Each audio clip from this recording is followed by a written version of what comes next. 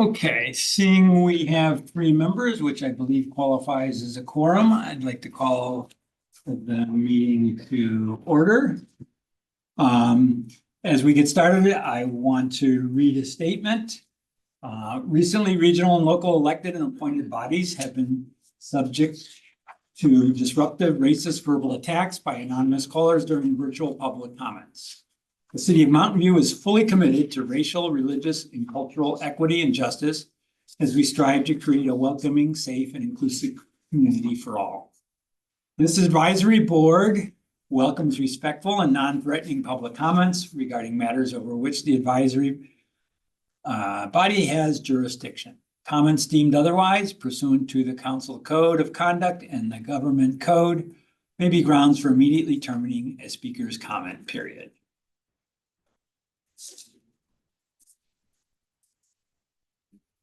Okay, a roll call.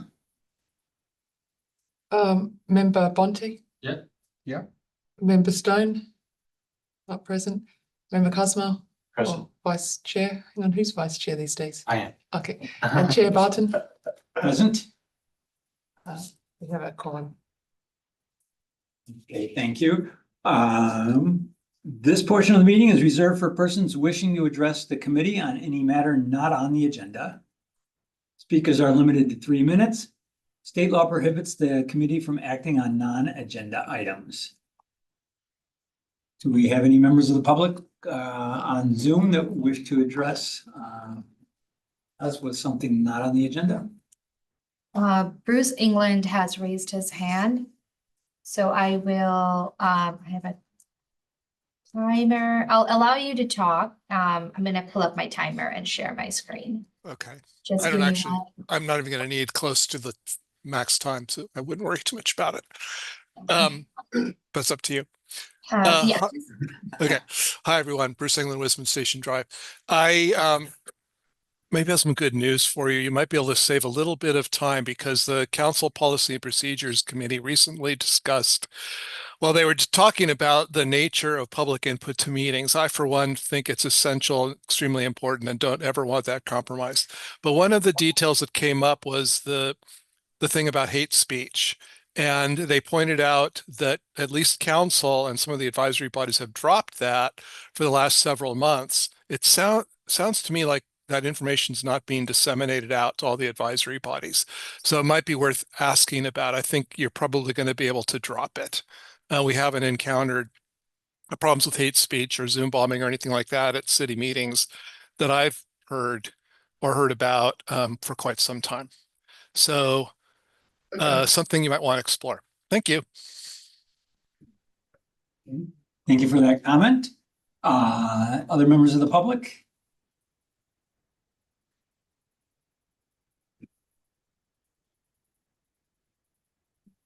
No other members of the public? Any members of the public in the room that would like to address us on any non-agenda items? Okay, seeing none, we can move on to item 4, approval of the minutes. Any questions? I guess clarifying questions from members? Any comments from the public on the minutes from the agenda? Okay, seeing none, any comments? Okay, so I think we're. Yeah, I will mention I checked with former member Dominic about that to make sure that she felt that her comments about the ATP were captured accurately, and she did. So just mentioning that, but other than that, I'm happy to move to approve the minutes for the March 11th meeting. Okay, thank you. I will second that. Okay, we have a second. I believe we're ready for a vote then. All in favor? Aye. Aye. Okay, that's 3. With 1 absent.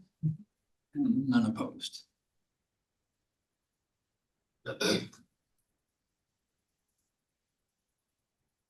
Okay, moving on. approval of minutes. I don't see any unfinished business at this point. So new business, we have item 6.1, which is a review of the project list for the fiscal year 25 to 26 and 26-27.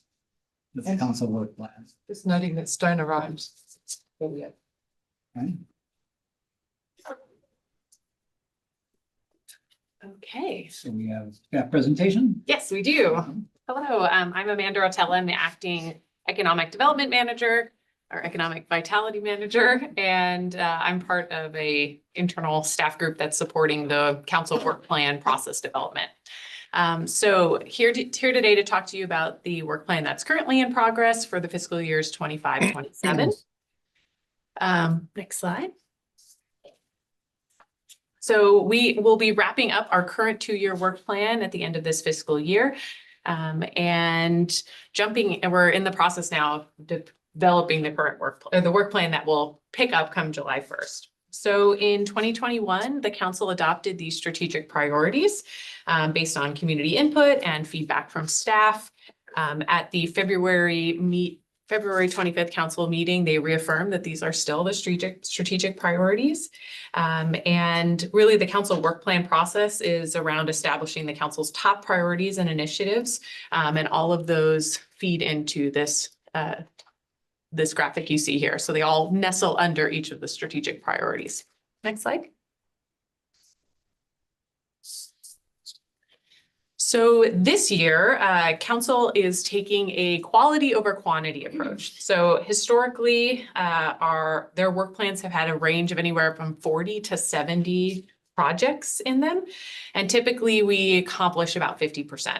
And so with that in mind, really looking to target between 10 to 14 projects included in this upcoming fiscal year, the upcoming 2-year work plan, with really this focus on high visibility projects that can be clearly tracked and communicated, showing progress towards achieving the council's strategic priorities. So again, really wanting to have an achievable work plan.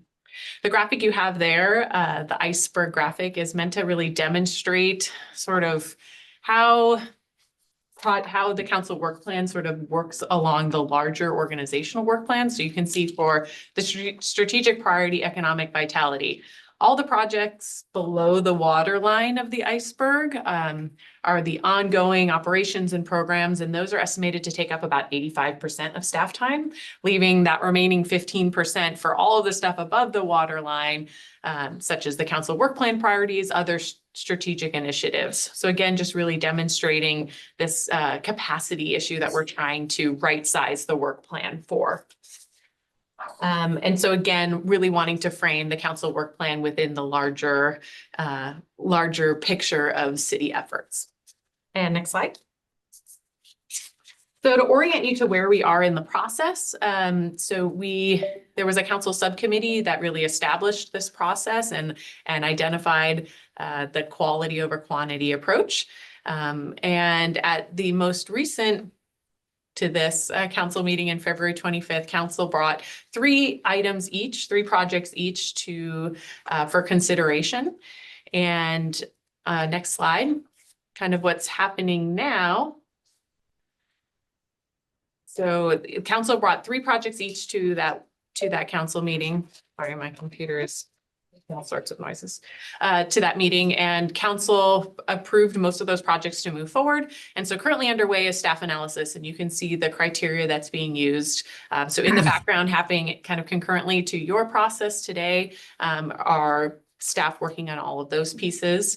And then we will be bringing staff analysis and all the feedback from our advisory bodies back to the council at the April 22nd meeting. And so we are collating all of the feedback from all the advisory bodies, both the voting that you will do tonight, as well as just the verbal feedback that you'll provide me. And all of that will be going back to council for their final discussion of trade-offs and prioritizing and approval of the work plan. And it'll be adopted alongside the budget in June. Next slide. So your process today, As was mentioned in your packet, each of you have been asked to identify 3 projects that you believe are the most important. And so I will be sort of tallying for each of the projects your feedback. And again, I will be documenting and ensuring to include the feedback in the April 22nd council study session memo. Next slide.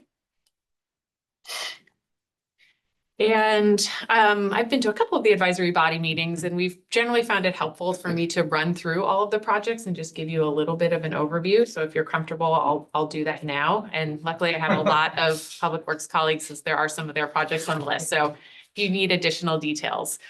One of the things I will note is these projects are still being scoped out. So we have some information, but there are pieces that are to be determined. So I'll be able to provide you with some, I'll likely be able to answer some, but not all of your questions if you're seeking greater detail. So let's jump into the first one. Project number 1 is around completing the funding agreements and begin engineering for the Stevens Creek Trail extension. So this extension would continue the trail southward to Sunnyvale and increase access to the trail. The completion of the larger project will go beyond its 2-year work plan. So very specifically has scoped this out to be around the funding agreements and starting engineering. Project number 2 is around developing a strategy to facilitate low and moderate income home ownership, and also includes addressing barriers to condominium development. So this is an existing project that seeks to make homeownership more attainable, with an emphasis on entry level and first time homeowners. And the city has also not seen very much in the way of condominium development. So this project is also looking at what those barriers might be and ways to support additional development. The R3 zoning updates, again, this is an existing project, and staff are currently working on revisions to R3 zoning development. And just for a little bit of explanation, R3 zoning refers to sort of that medium density zoning. So kind of up from single family homes, those sort of townhomes and duplexes and triplexes, really the small apartment buildings. The next project, project number 4, around developing a plan to end the flow of natural gas by 2045. This has been linked in with our decarbonization strategy. And it would further support the city's sustainability and climate resiliency strategic priority. And so this would be a goal on top of the current goal for carbon neutrality by the year 2045. So this would sort of add on top of that. Project number 5, updating the Race, Equity, and Inclusion Action Plan. This one is specifically around targeting our legislative priorities, and so addressing some of the community for all strategic priority goals through sort of legislative action. Project number 6 is around expanding access to broadband. This is the continuation of an existing project. So the council had a study session at their February 25th meeting that discussed the broadband needs assessment and gap analysis. And so this project, as part of the council work plan, would be taking the initial steps to address the findings of that study. And so, yeah, so the next steps of figuring out what to do with the information received at that study session. Project number 7 is around implementing smart water meters. So this project would design and implement and install a smart water meter system that allows for remote water reading. And smart meters are also great at leak detection, so it would include that. The city did receive a $9 million grant from Valley Water to replace old dialed meters with smart meters. And so this project would further prioritize that project and could potentially speed up or expand implementation if adopted. Project number 8 is around placing an amendment to the city charter and exploring a revenue measure on the 2026 ballot. So this would be around modernizing language, removing outdated provisions, and really cleaning up the city charter, as well as putting a revenue measure to respond to some of the forecasted budget expectations over the next couple of years. And really this one, there are a couple in here. These aren't very specifically scoped. It's more about carving out and prioritizing city staff time to address these. Project number 9 is around making amendments to the municipal code in a phased approach. Again, this is removing contradictory, unenforceable, or otherwise outdated sections. And again, this is a similar project that the council member that brought this up doesn't have very, specific things that he wants addressed, but he wants to carve out time for staff to go in and make those updates and really do a more proactive rather than responsive sort of a way to address some of our municipal code standards. Number 10 is around establishing design standards for streamlined and improved project development. This would create design standards and set expectations for developers, really with the aim to move projects through the review process more quickly and really have just clear expectations from the beginning. Project number 11 is around piloting an autonomous vehicle shuttle. This would complement our current community shuttle and is really aimed at exploring ways of potentially using autonomous vehicles for mass transit options within the city.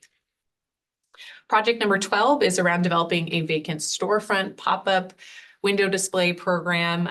This project would be creating a program to activate vacant spaces, kind of with the aim of making downtown more vibrant, and would also include needing to look at ways to engage our property owner community to get their participation in that. Project 13 is around increasing the pavement condition index to 71. It's currently at 67. And so this project would explore funding opportunities and develop strategies to address that. 14 is updating council policies, legislative and contract templates and other documents. This is really around reviewing and updating outdated standards with the aim of bringing greater efficiency to the organization. Again, this is one of those carving out and prioritizing staff time so that they can work on this. Project 15 is a framework to support volunteer organizations working within the city. So this is around having very clear guidelines and a framework for those volunteer organizations, specifically looking at those groups that regularly interact and collaborate with staff in the city, and looking to just streamline and remove barriers to that participation. And then lastly, Project 16 is around implementing an interim pickleball plan. And so this would initiate a short-term solution to increase access to pickleball while the city continues to work on a feasibility study to determine more permanent pickleball opportunities. And this could looking at expanded hours of use, shared courts, et cetera.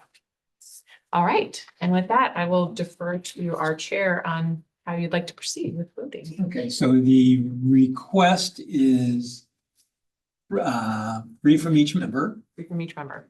okay? And how we come up with that is up to us. Oh, yeah. Okay. Maybe let's start with any clarifying questions about the presentation, first of all. Why don't we go down the line one time through just to keep it moving? And the questions. So one thing that was a bit difficult to assess is which of these projects actually already exist or in some fashion. So because some of them may be kind of a new spin on it or an extension to it. So I don't know if you could. So there, yes, so there are a few that are existing. Number 1 is existing. Number 2 is sort of is in the progress. So 1, 2, 3, 4 is sort of adding on to an existing project. 6 is existing. Would we say 7 is existing? Smart water Yes. meters? Yeah, 7 is existing. 12 has been thought about a lot and exists in various facets. So those would be the ones that are existing. And as a follow-up, so what does it mean then so that's to bump them up or is it to? Yeah, so it would be to further prioritize them. So as I mentioned, in the case of the smart water meters, we have this grant that has been received from Valley Water. And so including them on the council work plan would be further prioritizing them, and it could result in sort of faster implementation or broader implementation. In all of these, we would consider in terms of our organizational work plan that the council priorities are sort of get top billing in terms of resources and so that's how these projects would be sort of elevated as we're looking at all of the things that we're trying to achieve as an organization. Member Stone? I guess, to the best of your understanding, these are all things that could be done within the 2-year time frame if they were prioritized. So that's one of the things that staff is looking at as part of their staff analysis. So these are all projects that council has identified as their priorities. They want them to be included in the work plan. What's happening in the background right now is staff is doing that analysis. You know, what additional resources do we need, either financial or, you know, staffing wise? And we're really coming back with that analysis around viability. Okay, so these have been prioritized, and then you'll come back with an analysis of what can be done in the next 2 years if this is chosen to be. Right. In practice. So Okay. council will receive all of that back at their April meeting and have to weigh some of those.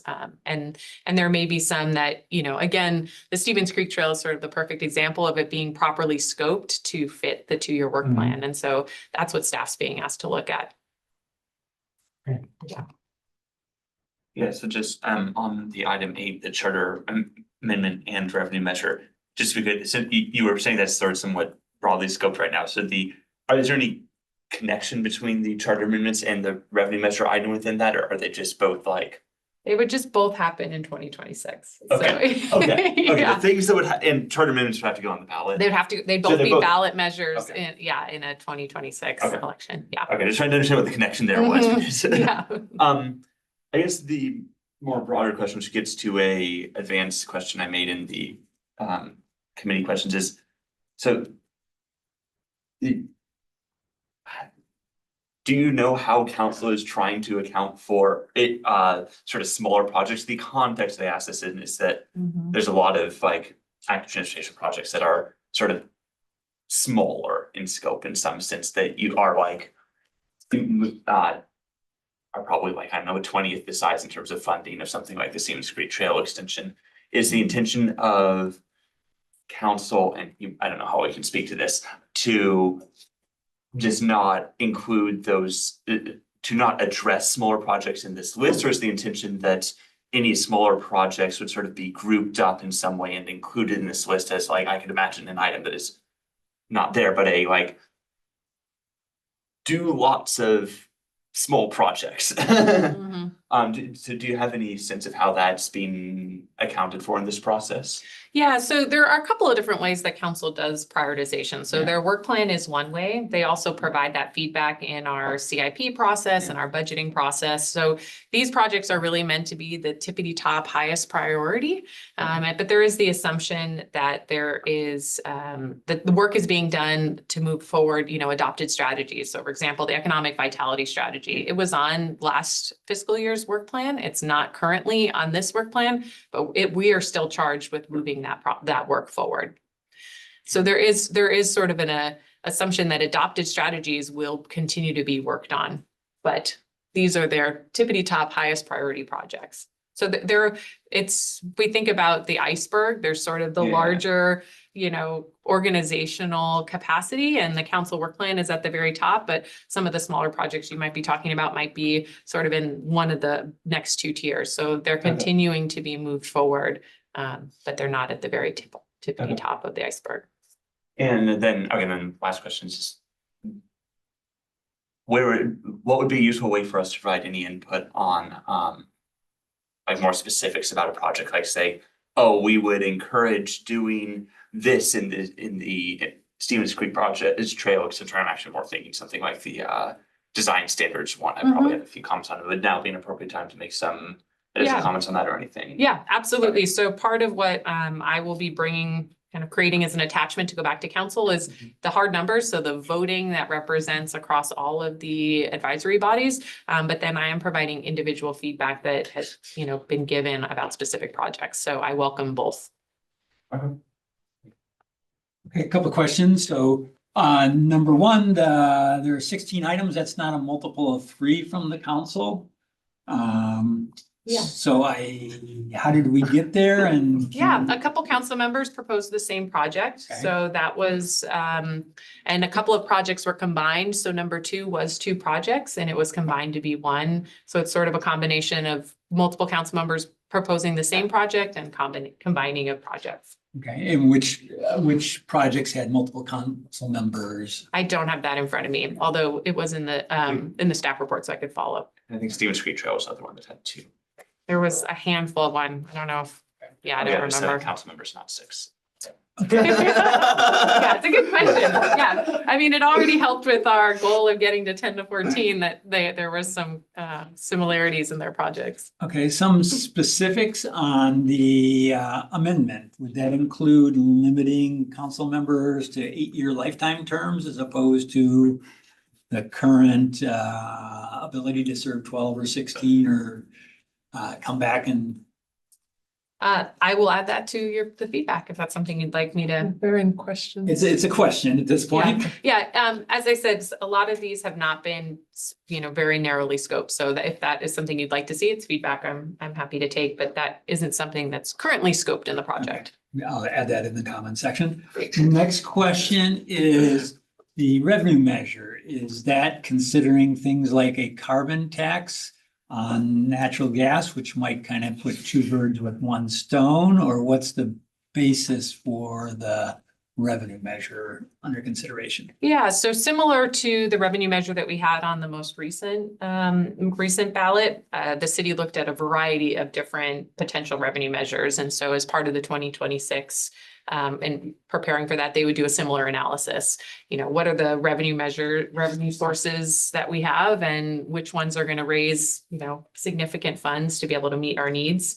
But again, if you'd like to see a specific one analyzed, Okay. that's something I could add. The current one is based on, The current one was based off of staff went and looked at a variety of different potential revenue sources like transient occupancy tax, raising sales tax, and ultimately made the decision to pursue the revenue measure that they went with in which is 2024, parcel based? which is parcel transfer tax for sales of properties above 6 million. 6 million. Okay, thank you. So it was only, so it's Right. only the transfer tax. at this Right. point. Okay. But again, as It could be part. broader, yeah. But yeah, and so a similar analysis would take place if council decides to adopt this, where we would look at, okay, what are our menu of options? What are going to get us the most, revenue, cost benefit analysis would happen again. So if there are specific revenue measures that sources you'd like to look at, those are comments I can add. You mentioned carbon tax. Okay, So, I'll add those in the comments section. great. I think that is all clarifying questions. Comments from members of the public. We have one hand raised by Bruce England. And April Webster. Let me bring my. One minute.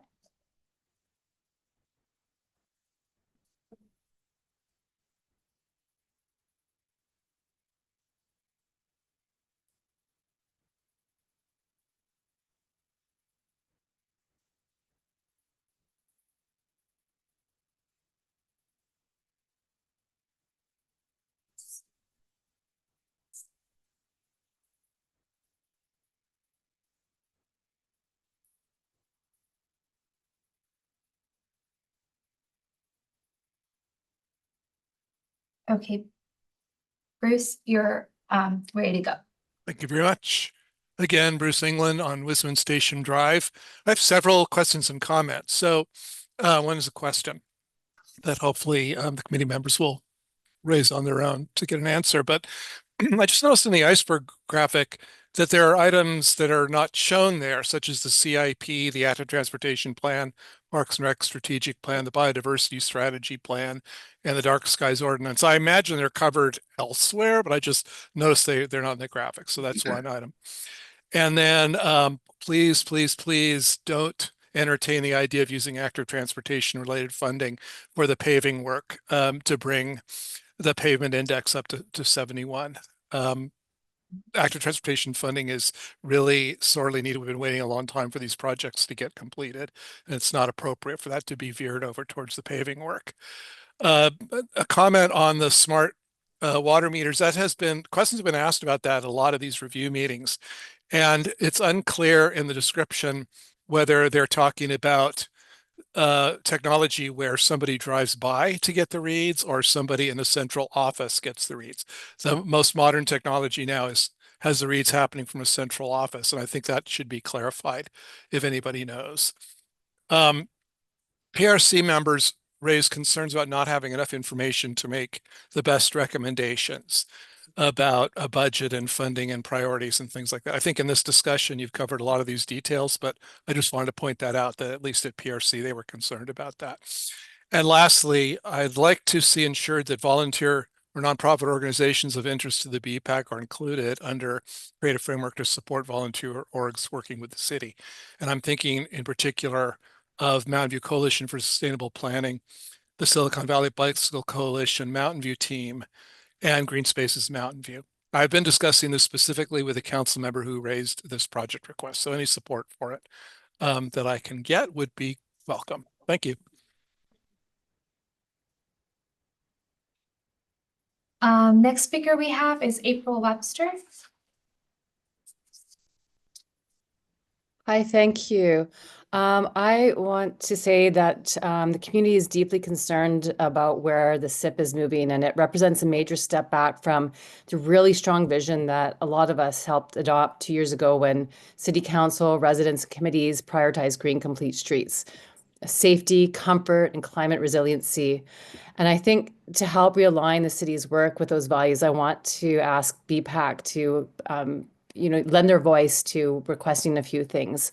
To reaffirm green complete streets as a top priority and get that identified solidly and explicitly. I would love to see some of our complete streets projects like Moffett potentially as a green completes opportunity, considering a paint-only road diet to carve out that space. We should support a real MRP 3.0. This is our water permit through local projects, not offsets. And I advocate for an urgent update to the construction standard details. We should update that to ensure our policies and plans actually translate into implementation. This is something I've seen at the state level. I've seen it all over. You have to get it into these details. It's the what actually gets used when you implement. I want to talk a little bit about MRP. We are required to convert 5 acres of impervious surface into green to pervious by June 2027. So far, we haven't identified projects to meet that requirement, and we may rely on offsets, which are costly and are really challenging to get approved. And if we miss our deadline, we open ourselves up to lawsuits. We also don't have to choose between compliance and community benefit. We can meet MRP 3.0 using features like bioswales, curb extensions, road diets. We get double the value if we do this because it also impacts the comfort and experience of our streets. This would be through green complete streets. We could do this on Moffett. I've reached out to both MTC and VTA and just yesterday confirmed that what we would need would be a TIP amendment. And so this is the Transportation Improvement Program that MTC has. According to the person on our project, it's just a procedural step, but what's really needed is for Mountain View to decide whether we want to adjust the scope to reflect these priorities. We need to reach out. On the construction standard details, these are the technical backbone of every project in our city. It defines default designs like lane widths and curb radii. If these aren't updated, as I said, even the strongest policies we have, like Vision Zero or Green Complete Streets, can be undermined at the implementation level. And so this is outlined in Project SR10 and our Vision Zero action plan. We need to update that. It's long overdue. We should have safety forward standards, green infrastructure elements, and make sure it aligns with best practices like DIB 94 and NACTO. And NACTO just released version 3. Thank you so much.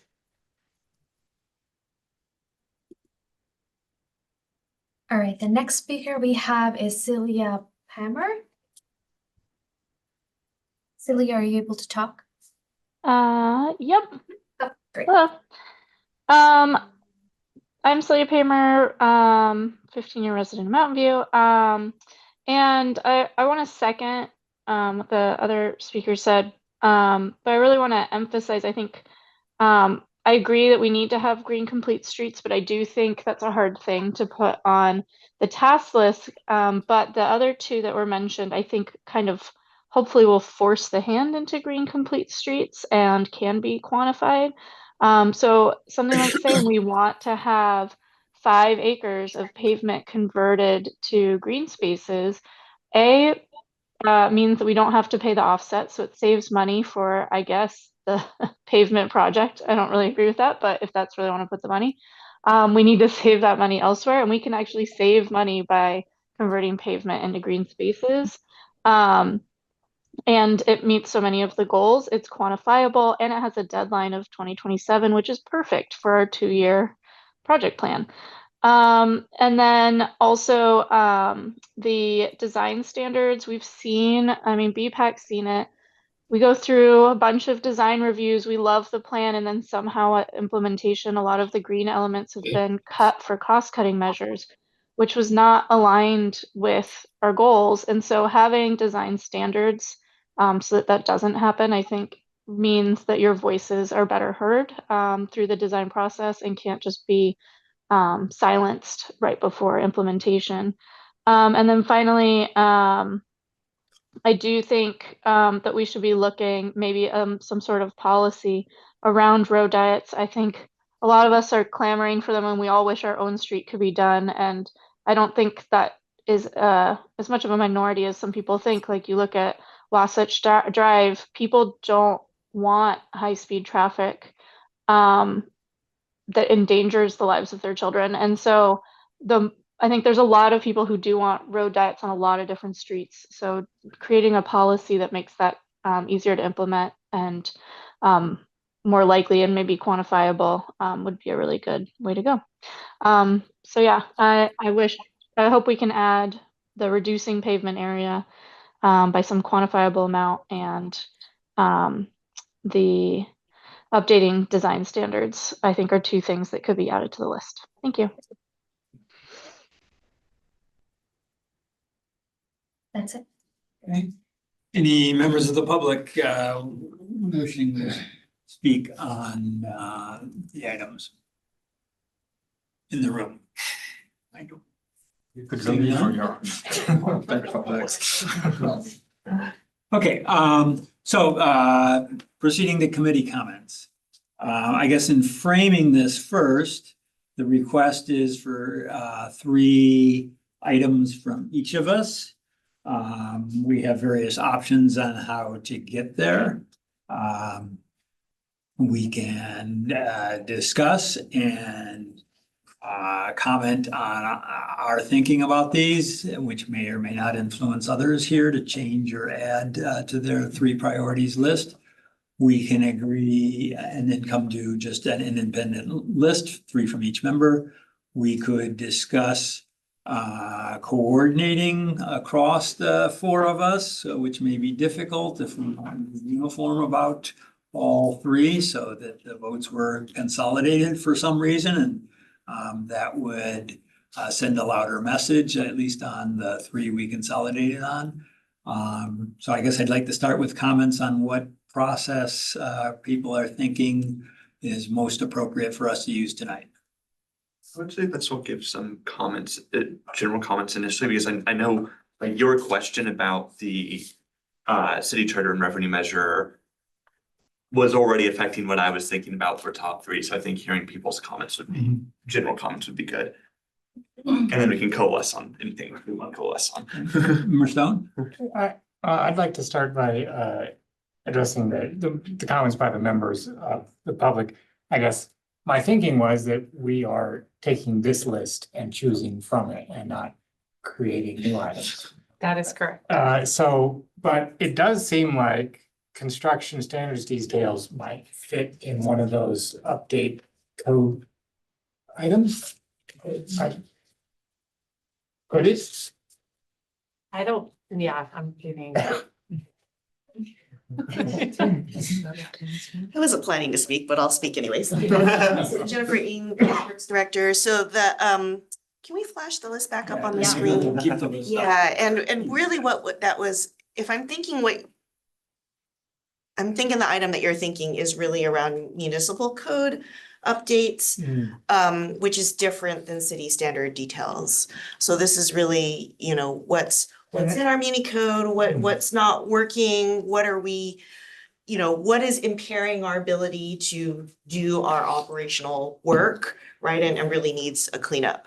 Is that the one you were thinking about? There's three of them about codes. There's number 9, but that's about contradictory and unenforceable. I guess that wouldn't apply either. Mhm. And the other one was contract templates and other documents, number 14.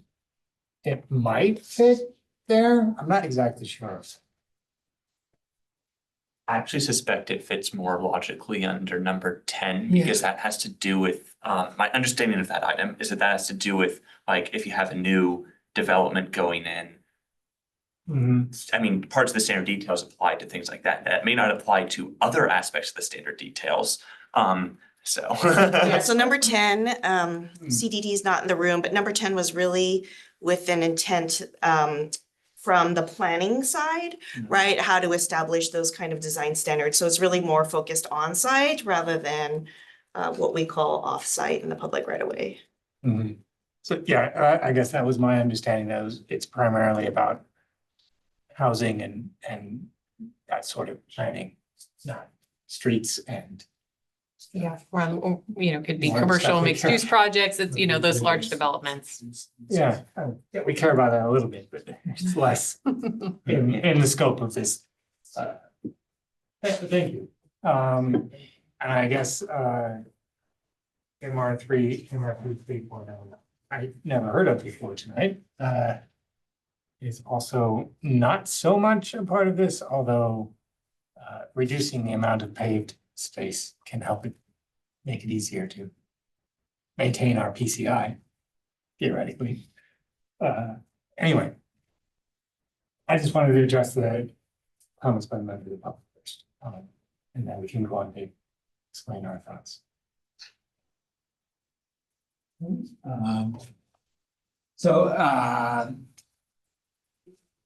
I guess I'll start with some comments related to clarifying questions I had. So number 1 is I would hope that the charter amendment contains changes to the term limits to indicate 8-year lifetime term limits, I guess, as opposed to 8 consecutive years with the ability to pause and then come back. I think having incumbents tend to attract funding, campaign funding, and can entrench points of view and make it harder to change. So I'd like to, I think 2 terms is lifetime is sufficient. So that's one aspect I would like to see in the amendment to the city charter, and I believe other cities have such measures. I guess I'm not sure the details of the water meter and the data. It wasn't clear to me how sophisticated those meters would be and if residents would have access to their real-time data on the smart water meters, or is that only a benefit to the city? I would like to see that residents have the benefit of the smart meter directly so they can get their daily or hourly usage or whatever the capacity of the meter is. And I think that would help conservation. The tax measure, I would like to see it align with other city objectives. So a carbon-based tax on utilities to change the utility tax to indicate to align with the initiative to help reduce the reliance on natural gas would seem to make sense. It might also then provide some revenue from the electricity side that is also carbon-based to offset electric vehicle charging, which currently does not contribute to much city revenue and would be useful for supporting the initiative on the pavement. So those are some of the ones that I saw that were related. Whether they go forward because of endorsement of this body or other committee members, I think those are things that should be considered in their further development. Okay, so we haven't indicated any strong preferences of our list or our personal items. I'd like to suggest that, given our primary focus is on bike and pedestrian modes of transportation, and there's only one that directly aligns with that, that I hope we are all uniform on supporting number one on the Stevens Creek Trail.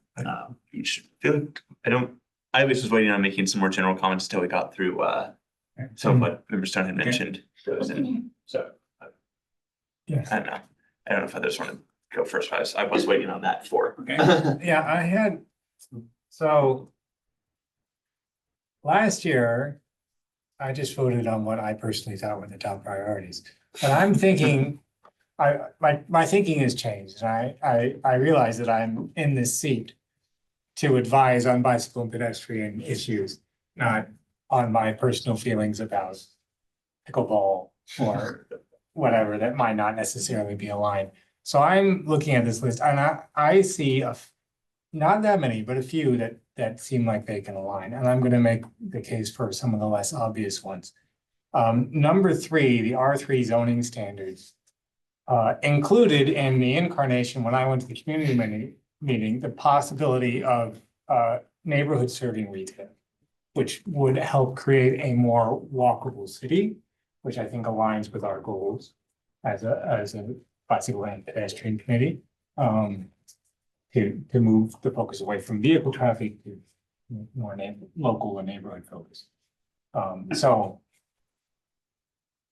that's one thing I'm thinking about potentially with the emphasis that this neighborhood retail part be emphasized.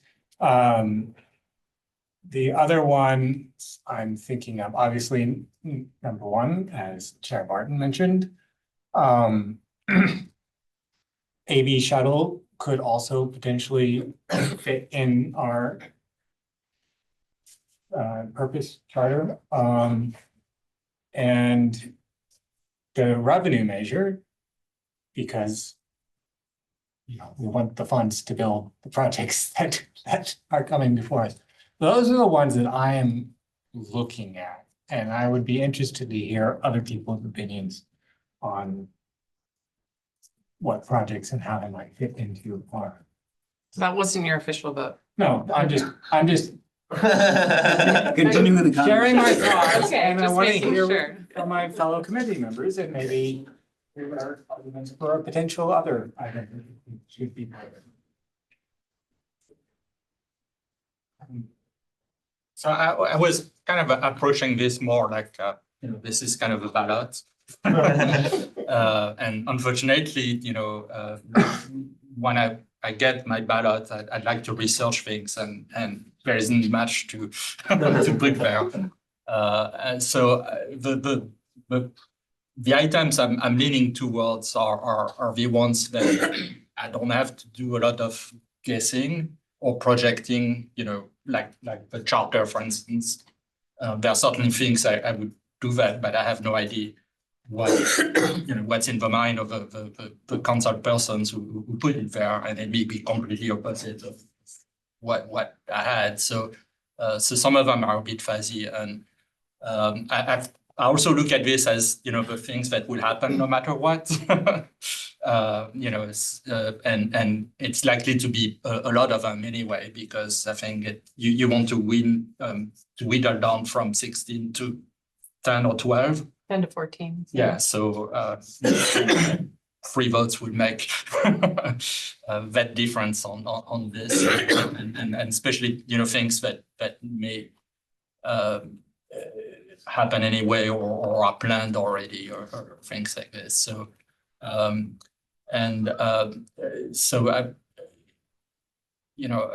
comment on a few specific things, the interim pickleball plan. It's not, I don't want to pick on pickleball, but one thing that's a bit kind of a downside of pickleball is that it's more pavements. And I hope we don't wind up carving out too much space for pavements in our parks for sports, and maybe there are ways to use some of the existing pavements we have, empty parking lots or things like this instead. But and then so in the spirit of looking at things that are somewhat related to what we do, so one is definitely one, but I have lots of comments on that. I mean, I'll make the case, but I like the number 12 because I think it's a very effective way to draw more foot traffic, which is beneficial for all. My wife actually had one program like this on Castro some years ago before COVID, and so I know that it can work. That drawing traffic there. So, and I think that's something that's good for the viability of pedestrian plaza. And then I don't know, and then I personally like also number 10. Even though it doesn't apply to this, I think as an engineer, I like standards. It makes my life it always made my life easier. You have less quality assurance issues. Things like this. It speeds the process. You don't have to reinvent the wheel or things like this. So even though it doesn't apply there, I always like standards because it frees up time for somebody else. And I don't know, maybe when you build a building, then you have more time to work on sidewalks and and back access or things like this. But I think it's there. But it's so. But these are my comments. Okay, Kuzmal, you want to make? Yes, just running through some of the relevant items on the list. I actually have conflicting opinions myself about number 1. And so I'm not actually, it's sort of, I simultaneously want to be making sure we're indicating that I'll echo Member Stone's comments about wanting to focus some of my comments on what is relevant to BPAC. Although everything is relevant to BPAC in some way. But on number 1, it's if we are myopically focused on safety improvements, I am not sure I would put extra emphasis on the Stevens Creek Trail extension over putting emphasis on other bicycle and pedestrian safety projects in the city. However, other bicycle and pedestrian safety projects in the city are not on this list. And so I'm not quite sure how to focus on that. My inclination is to say, we still want to see that moving along, but I wouldn't place extra priority on it. Through some of the others, I will echo Member Stone's comments about the R3 zoning standards. I think both from the perspective of making it so more people, both based on where they live and based on neighborhood retail, can walk and bike places is relevant to BPAC and is actually rather important to walking and biking in the city, as is getting new buildings built where more people can live so that we have more tax revenue to do safety improvements, so the sidewalks get upgraded, all that good stuff.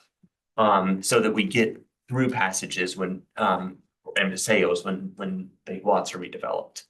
On the city charter and revenue measure, I think a revenue measure could be highly relevant to BPAC because that could create more funding with which we could do safety improvements. I'm not sure what the scope of the likely charter amendments would be. The one thing that does come to mind that I think has been tried to some degree in the past is I personally think it's good governance when our city council is treated as a full-time job. And so having more pay for council members so that city council members don't need to be also doing 40 hours a week, not working for the city. And so can thus have more time to learn how the city works, learn about bicycle and pedestrian projects, that sort of thing would be valuable, but is less directly relevant to BPAC. I do think the revenue measure one is very relevant to BPAC. Municipal code, I'm guessing that one doesn't end up affecting us directly. Design standards, I know this is largely meant to address just developments themselves, but since a lot of major developments tend to do things like redo sidewalks or potentially adjust things like where driveways are, or have things like I know we already have bicycle parking standards, but stuff like that. I see it as somewhat relevant to EPAC, especially if it discusses driveway locations, and quantities. AV shuttle depends drastically on what the scope is. I am honestly I just can't tell what the scope is. If it, and on the PCI item, which I think is the last item that seems overly relevant here, my inclination is to not want to prioritize it because it feels like I want to say we prioritize other things over that. I think the challenge will be if we said we prioritize it, then council needs to provide very clear direction on what they care about on this versus like more general funding to smaller active transportation projects. I do think that my impression of the reason to mention PCI is to talk about the long-term finances and health, the financial health of the city. I think it would be very useful to have a thorough report on that, both in terms of what the trade-offs are, so that we know that, if we choose not to invest in this, this is the long-term financial implication. So for every $1 million we don't invest in the next 2 years, this means this amount of extra funding we'll have to do later.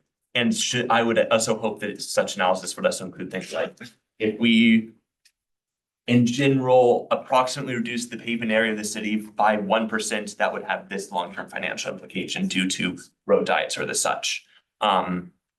Just so we can speak to that coherently, because right now I'm not sure anyone in any of the public conversations are able to talk to concrete numbers. Yes, those are my general thoughts, and I'm still coalescing on what I want to say for my 3. Okay, so I'll, I had one, if I may, when the tally is done, is it aggregated by committee or aggregated across all the bodies? Like, you'll have 4 votes here, 7 in EPC or? Yeah, as it's currently envisioned, all of the votes from all the committee members are being collated together. to one number stripped Yeah. of the committee name and the Mhm. individual name. Right. So EPC gets 3 more votes than us. That's okay. There are, but although the Rules. senior advisory committee only has 3, so you guys land somewhere in the middle. We lost 1. I don't know, I feel if I was on the council, I would feel that's information loss. I would want to know what committee the votes came from, but anyway. They will be comments, right? So. Yeah, okay. Anyway, you were. Okay, it sounds like we are moving toward individually voting 3 each of our choosing. Is there any indication that someone would like to do something different? I think that's just interesting.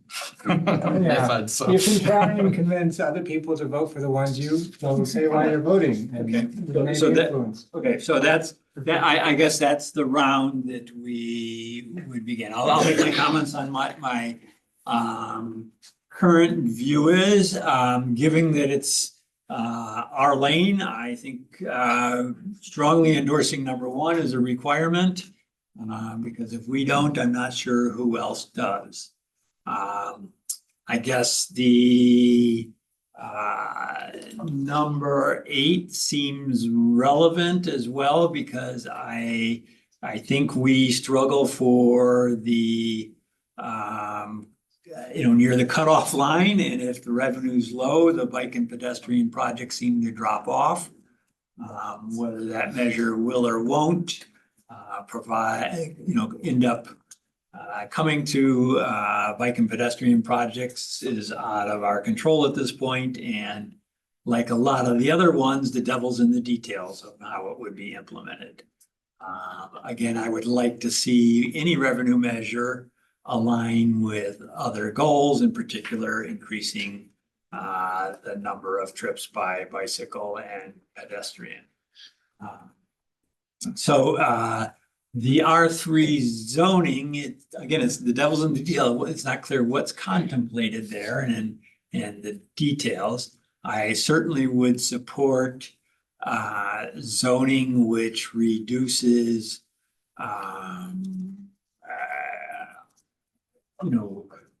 street width, parking, because that decreases the distance for walking. I would certainly support.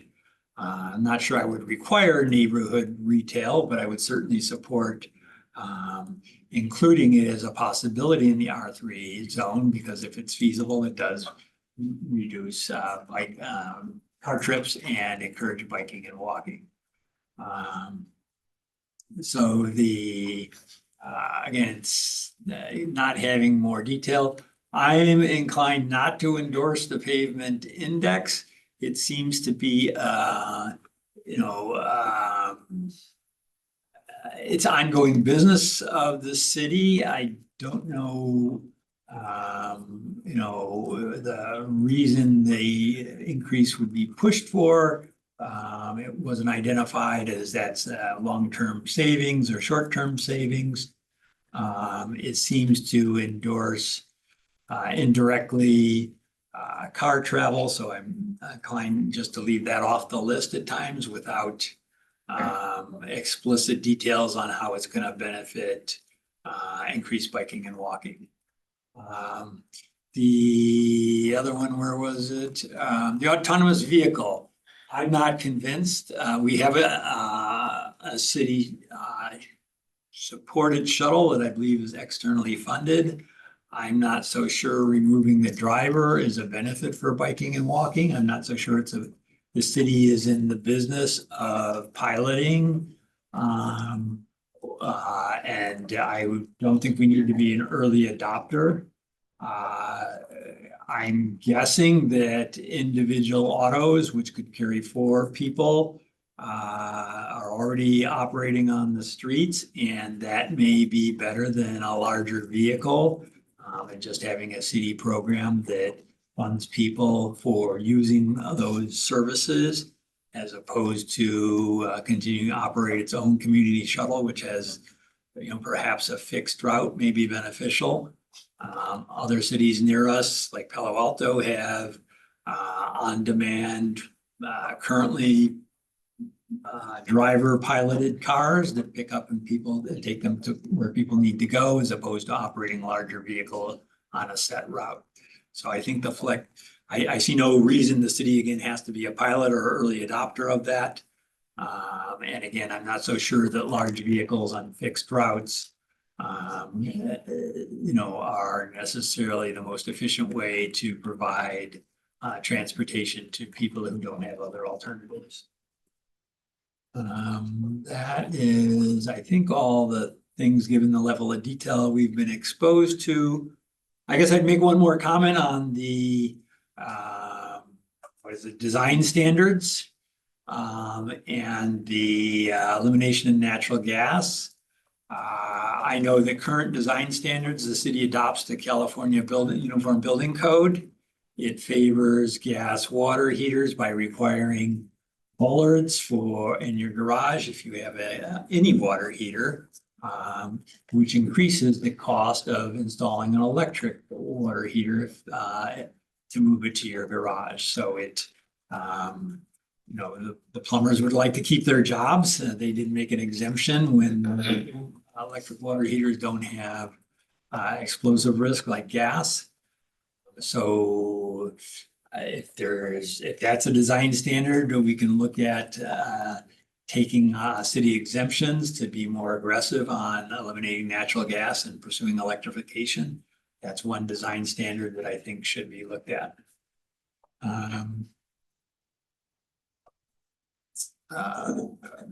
Again, details, which type of volunteer organizations are being looked at. We don't have that envisioned. There are some that were mentioned that certainly align with biking and walking. I think that's enough of my comments. Can I briefly, I don't want to go off too much of a tangent. I'll briefly mention on shuttle service, I actually strongly dislike subsidized sort of flex or on-demand service, since that tends to be extraordinarily expensive for cities to run, and in practice seems to be much less effective than fixed route service, but that's a bit outside our normal scope, so I don't want to get into a rabbit hole of that. Yeah. But didn't want to get into the list our specific projects or the actual question the staff had. Are we ready to take the list from each? Yeah. I mean, I provide comments on each of the things. So, in no particular order, it's not like a rank. But one of my votes goes to number one, the funding for Stevens Creek Trail, with some comments. So I noticed that it's aligned to the mobility and connectivity, goal. In my view, that does not do much for mobility and connectivity. If you look at it, it's not going to connect many people from Mountain View, really, because most of the work will be done in Sunnyvale, even though one part is owned by Mountain View. So it's going to be a benefit for people in Sunnyvale or possibly Cupertino to get access, a kind of a commuting route easier, but not really for people from Mountain View. It's also not, in my view, and I think based on all the prioritizations we had about, what are the most important corridors, that's definitely not the most important corridor in terms of safety, in terms of, where people live. We're talking about an R3 zoning. The R3 app zoning will be mostly around the Reinsdorf area. So that could be also a way to look at the priorities. But I have some thoughts on the funding. To me, the trail is kind of a park, really. It's a bit like a linear park that's extended from shoreline. There are some parts, if you look at Sleeper, where you have quite a bit of open space and so on. It's also managed by the Parks and Recs. They are the ones who set up the speed limits, for instance, on this. And I'm wondering, as part of the funding agreements and so on, the city, should consider maybe funding this via parks revenues, as opposed to active transportation, because to me, it's not the priority for active transportation funds. Because it's kind of an extension of the shoreline. It might be possible also to pick up some funds from shoreline, because I think it's going to be the next presentation, but the shoreline funds, that's the only funding source that continues to grow in Mountain View. The others are kind of going down, and there is no development really, not much development happening in North Bay Shores. So there is kind of the area that needs the least amount of funding has the most funding in a way. So that could be a way to do this. So that's for this. I think I guess I tipped my hand earlier, but I'm picking as another vote number 12. Which is to develop a downtown vacant storefront window display and pop-up program. It's, again, from experience, that's something that works. And I think that anything that can be done to eliminate and provide more foot traffic on Castro is a good thing for Mountain View, for getting more people to walk, spend money downtown and so on. And then for the third one, I'm kind of next, but I'll stick with number 10, which is to establish the design standards. Again, as an engineer, I see a lot of value in doing this, and I think, as was pointed out by other committee members, it may benefit also to have standards on things that are kind of not the building per se, but kind of adjacent to it, be it by parking, sidewalks, circulations, and so on, because there's no point reinventing the wheel. I mean, it's hard. Thank you. Yeah. I think I'll echo what Serge said about Stevens Creek Trail in that it's not on the high energy network. It's not on it. Like, it's not a corridor that we identified in any of our analysis as being a priority. I like it, but I'm not gonna vote for it. What I would like to vote for, but it's not here, is the local road safety plan and prioritizing that, but it's not on this list and I can't. Yeah. So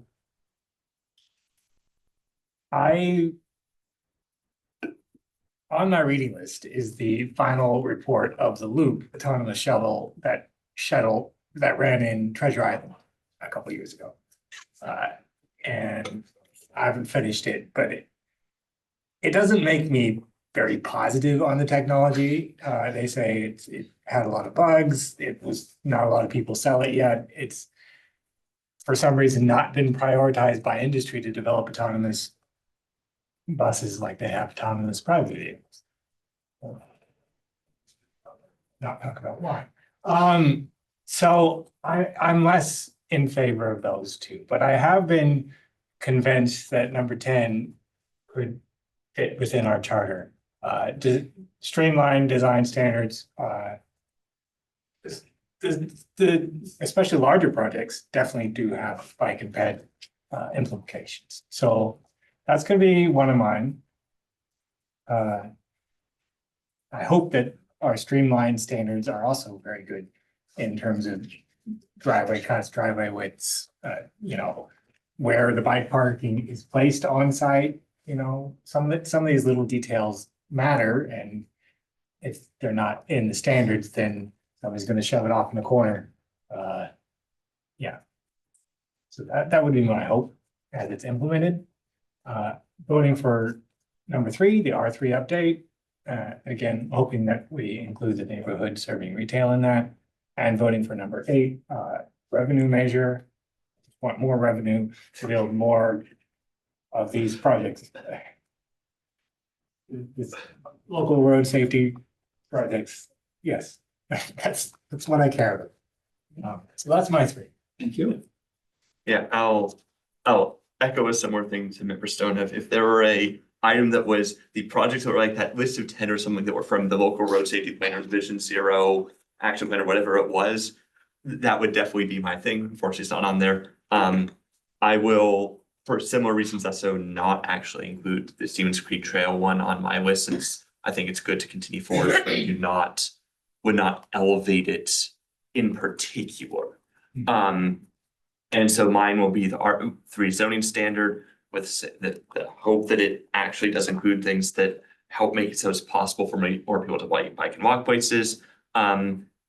Number 10, the updated design standards for similar reasons to Member Stone, and the revenue measure 1, again, for similar reasons, with the hope that it's designed in a way that results in, for all of these, with the hope they're actually implemented in ways that benefit bicycle and walking. But I believe that the scope to the extent it exists now accommodates that, and hope that it will continue to accommodate that as they are scoped out and implemented.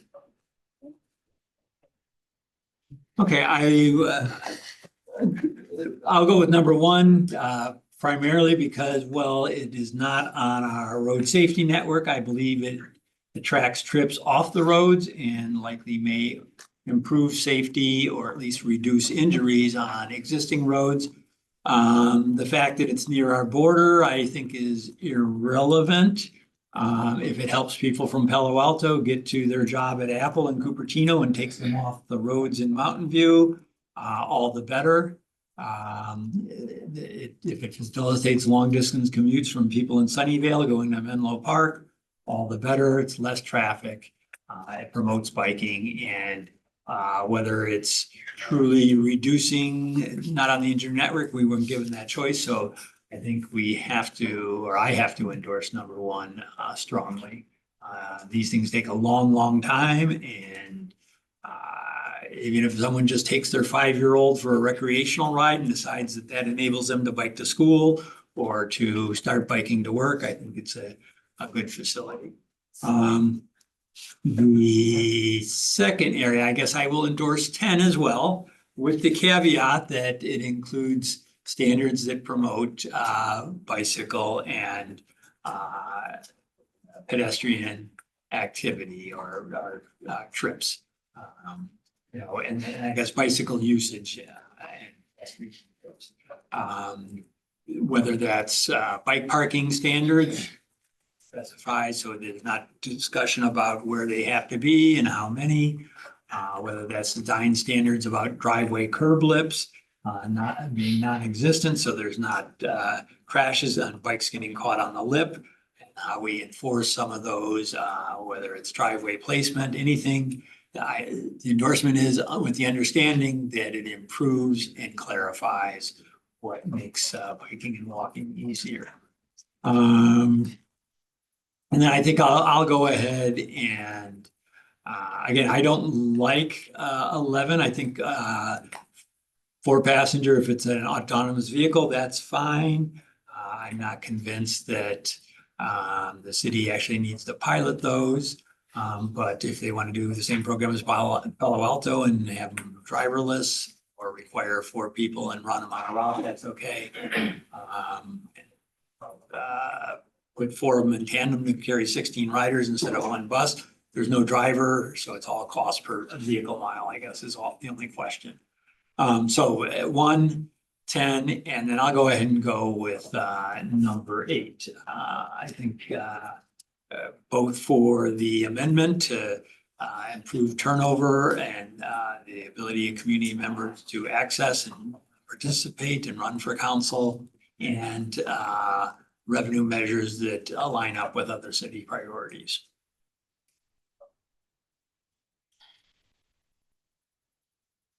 Thank you. Anything else we need to do on this item? Or that we feel like we need to do on this item? They have 3 from each of us. Yes. And I will take the comment about potentially bringing back top project from each committee. I'll see if we can incorporate that. Thank you. Thank you. Okay, that being done. That brings us to item 6.2, the capital improvement program.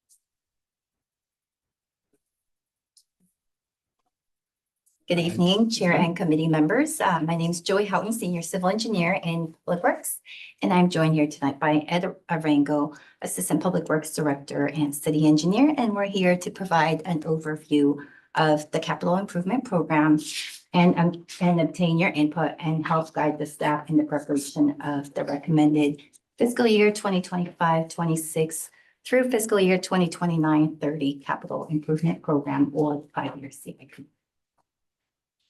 The Capital Improvement Program, or CIP, is the critical planning tool to maintain and improve the city's capital infrastructure. The 5-year CIP is adopted biannually with the full 5-year plan developed in odd-numbered years and a focus only on the upcoming fiscal year and even-numbered years.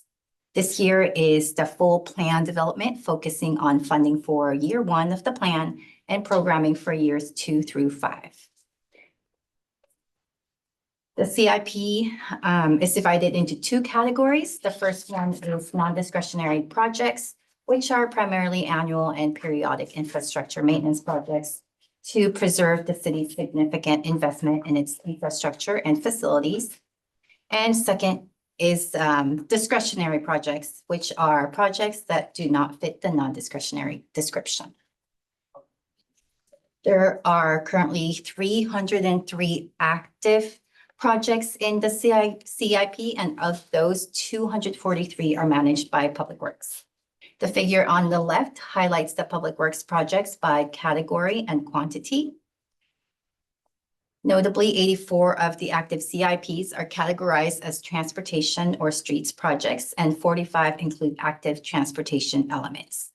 Recognizing the interest in bicycle and pedestrian improvement projects, the next 3 slides will provide more details on the 45 active transportation elements, summarize the general status of these projects, and provide how they relate to the Vision Zero Action Plan, local roads safety plan, and safe routes to school. As mentioned, there are 45 active transportation CIPs. 31 of those have Americans with Disabilities Act compliant curb ramps. 34 have high visibility crosswalks. 16 have protected bike lanes. 14 have class 2 or 3 bikeways. 10 have protected intersections. 3 have road diet. And 3 have trail improvements, including extension. And 15 have traffic signals, which enhance bicycle and pedestrian safety at intersections by removing left turn conflicts. Of the 45 CIPs involving bicycle and pedestrian improvements, 7 CIPs are currently in construction phase, with these 3 being the most notable. And 24 projects are in design phase, of which 10 will start construction in 2025 and 6 will start construction in 2026. 6 projects listed are examples. In looking at how the 45 CIPs relate to the integrated Vision Zero Action Plan, local road safety plan, and suggested routes to schools, please note that 22 projects are located on the high injury network. 32 projects are at locations with known collision history between 2000. What just happened? Let me go do it again.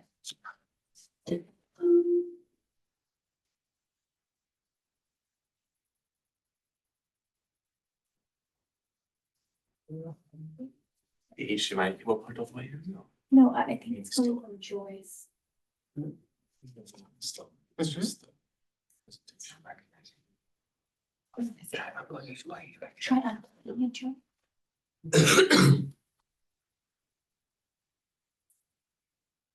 Did you drop off the Wi-Fi? I know, I'm not connected to Zoom.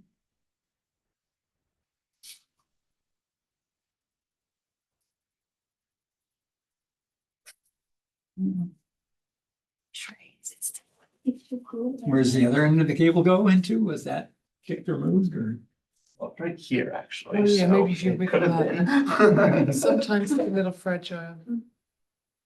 Oh, there it Oh. goes. Yeah, there it is. So maybe it was Wait a kicked or minute. moved. If the cable was a bit taut. Yeah, don't move those.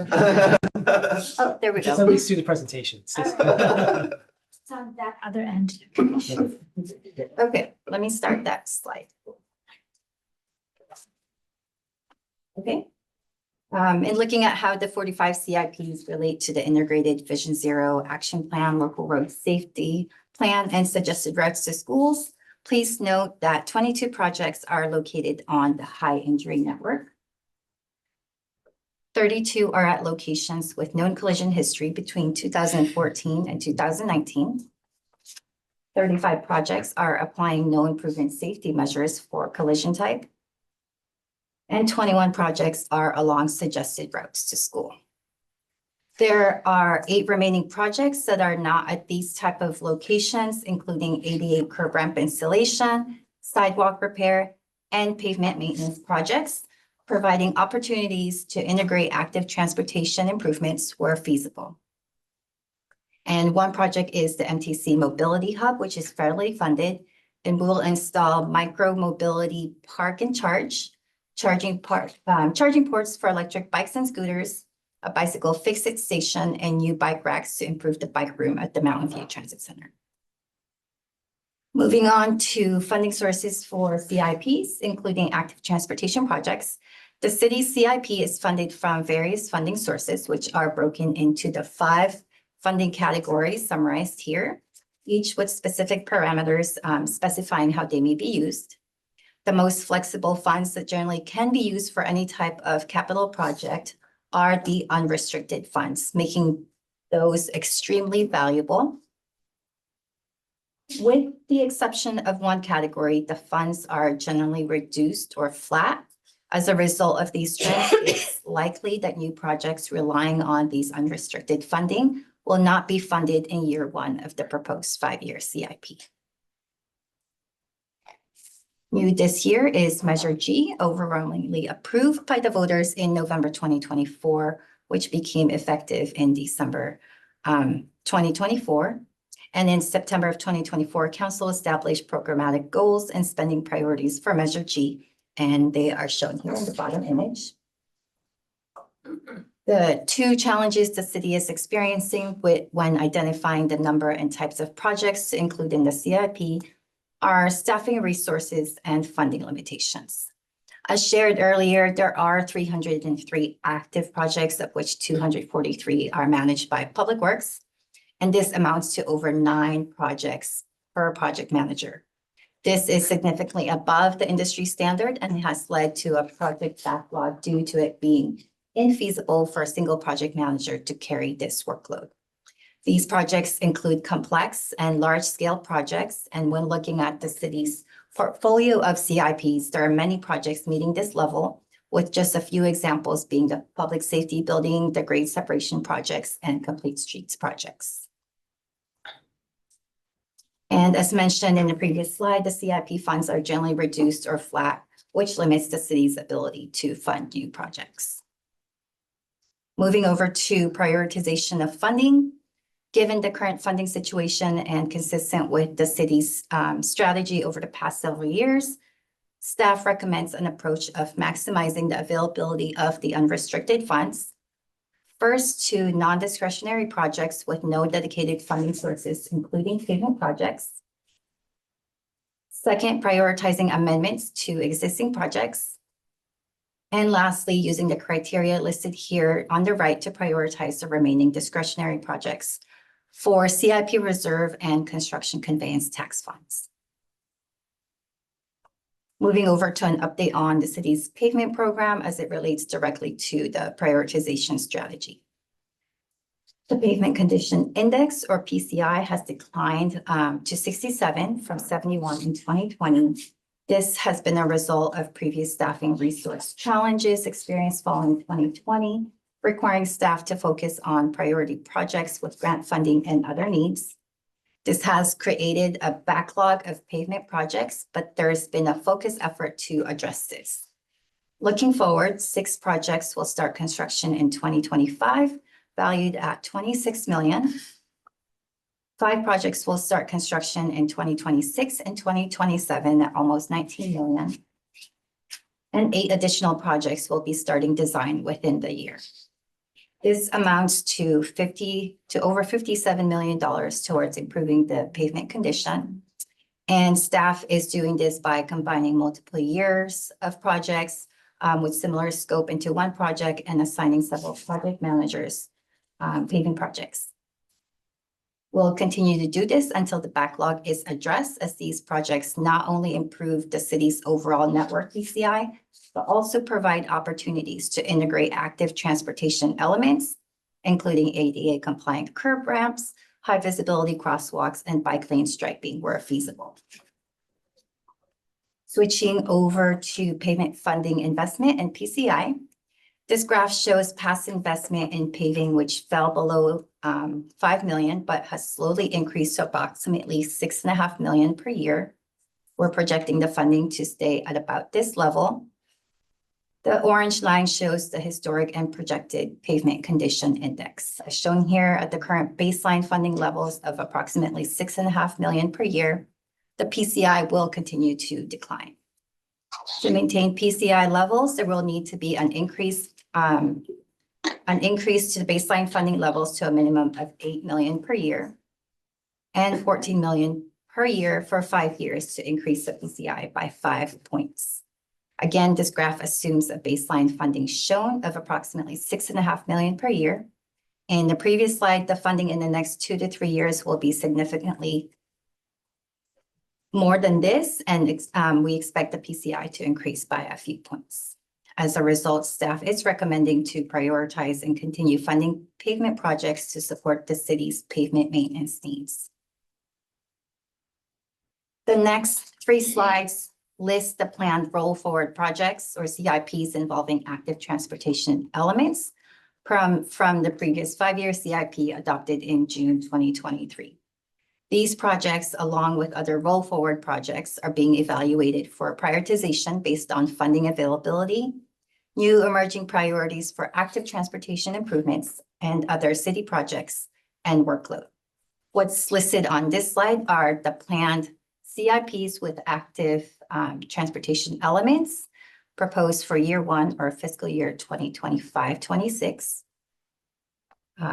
This slide here shows those planned for year 2 or fiscal year 2026-27. And this slide here lists the projects planned for year 3 or fiscal year 2027-28. The first council study session for the 5-year CIP was held last week on March 25, 2025. The city council generally supported using the previously approach and criteria to prioritize the use of CIP reserve and construction conveyance tax funds or unrestricted funds, and provided direction to evaluate deferring the following projects, including the North Bayshore branding and wayfinding signage and installation, and the citywide traffic signal and traffic center operations. City Council also directed staff to evaluate inclusion of several unscheduled projects in the 5-year CIP, including the Central Expressway bicycle and pedestrian crossing, design and construction, and Vision Zero or complete streets related CIPs. Staff will be evaluating the projects listed and will recommend deferral and or inclusion in the fiscal year 2025-26 through fiscal year 2029-30 or 5-year CIP. For new projects, due to current funding and workload constraints, we expect there to be very limited capacity for new projects. While there may be a need to program some new projects due to regulatory or other priority needs, this list will be short.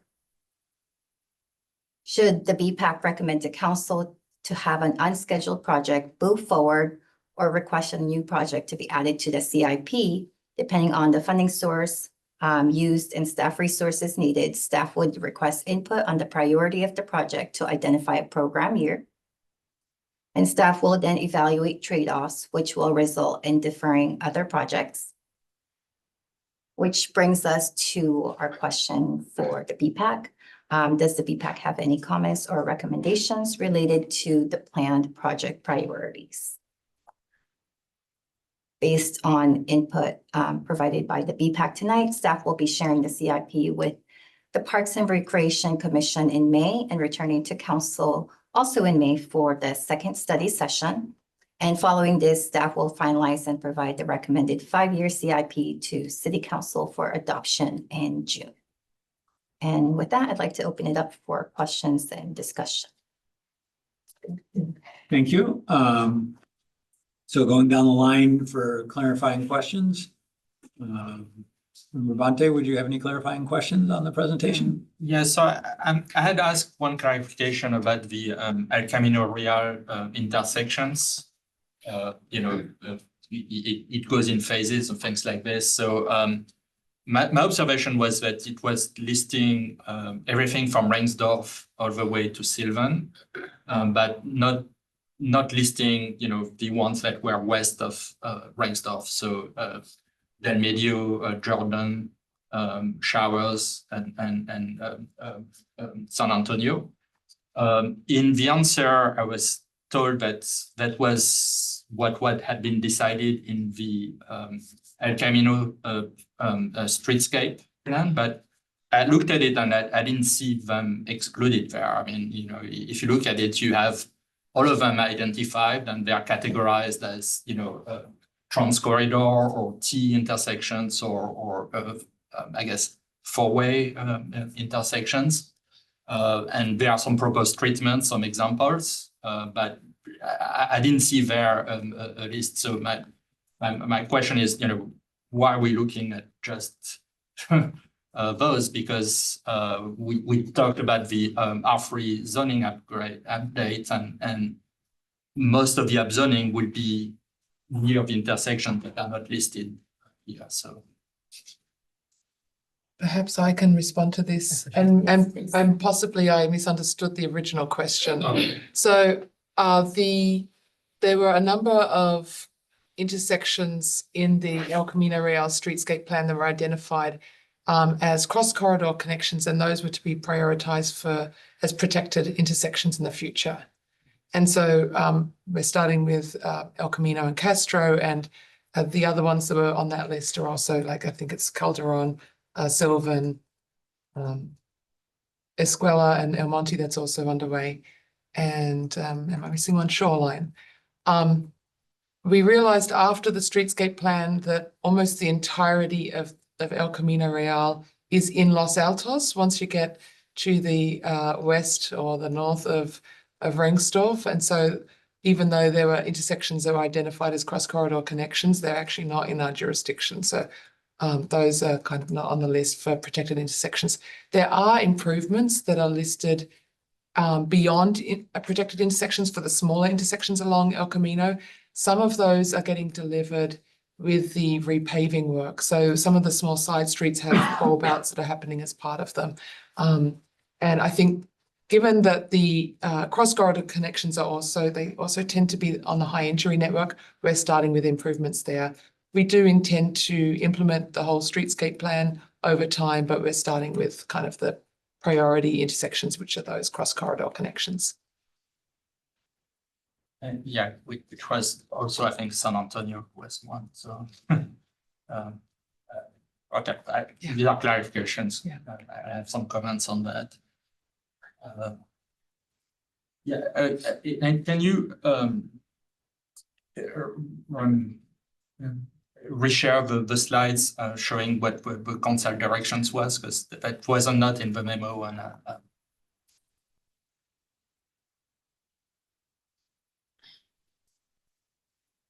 So these are directions from council to staff. Look at deferring the middle box and adding the box on the right.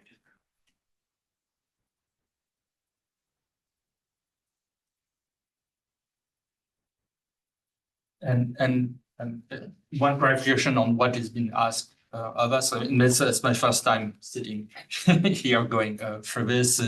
Is it to comment on what council direction was, or just starting to pull, you know, anything apart?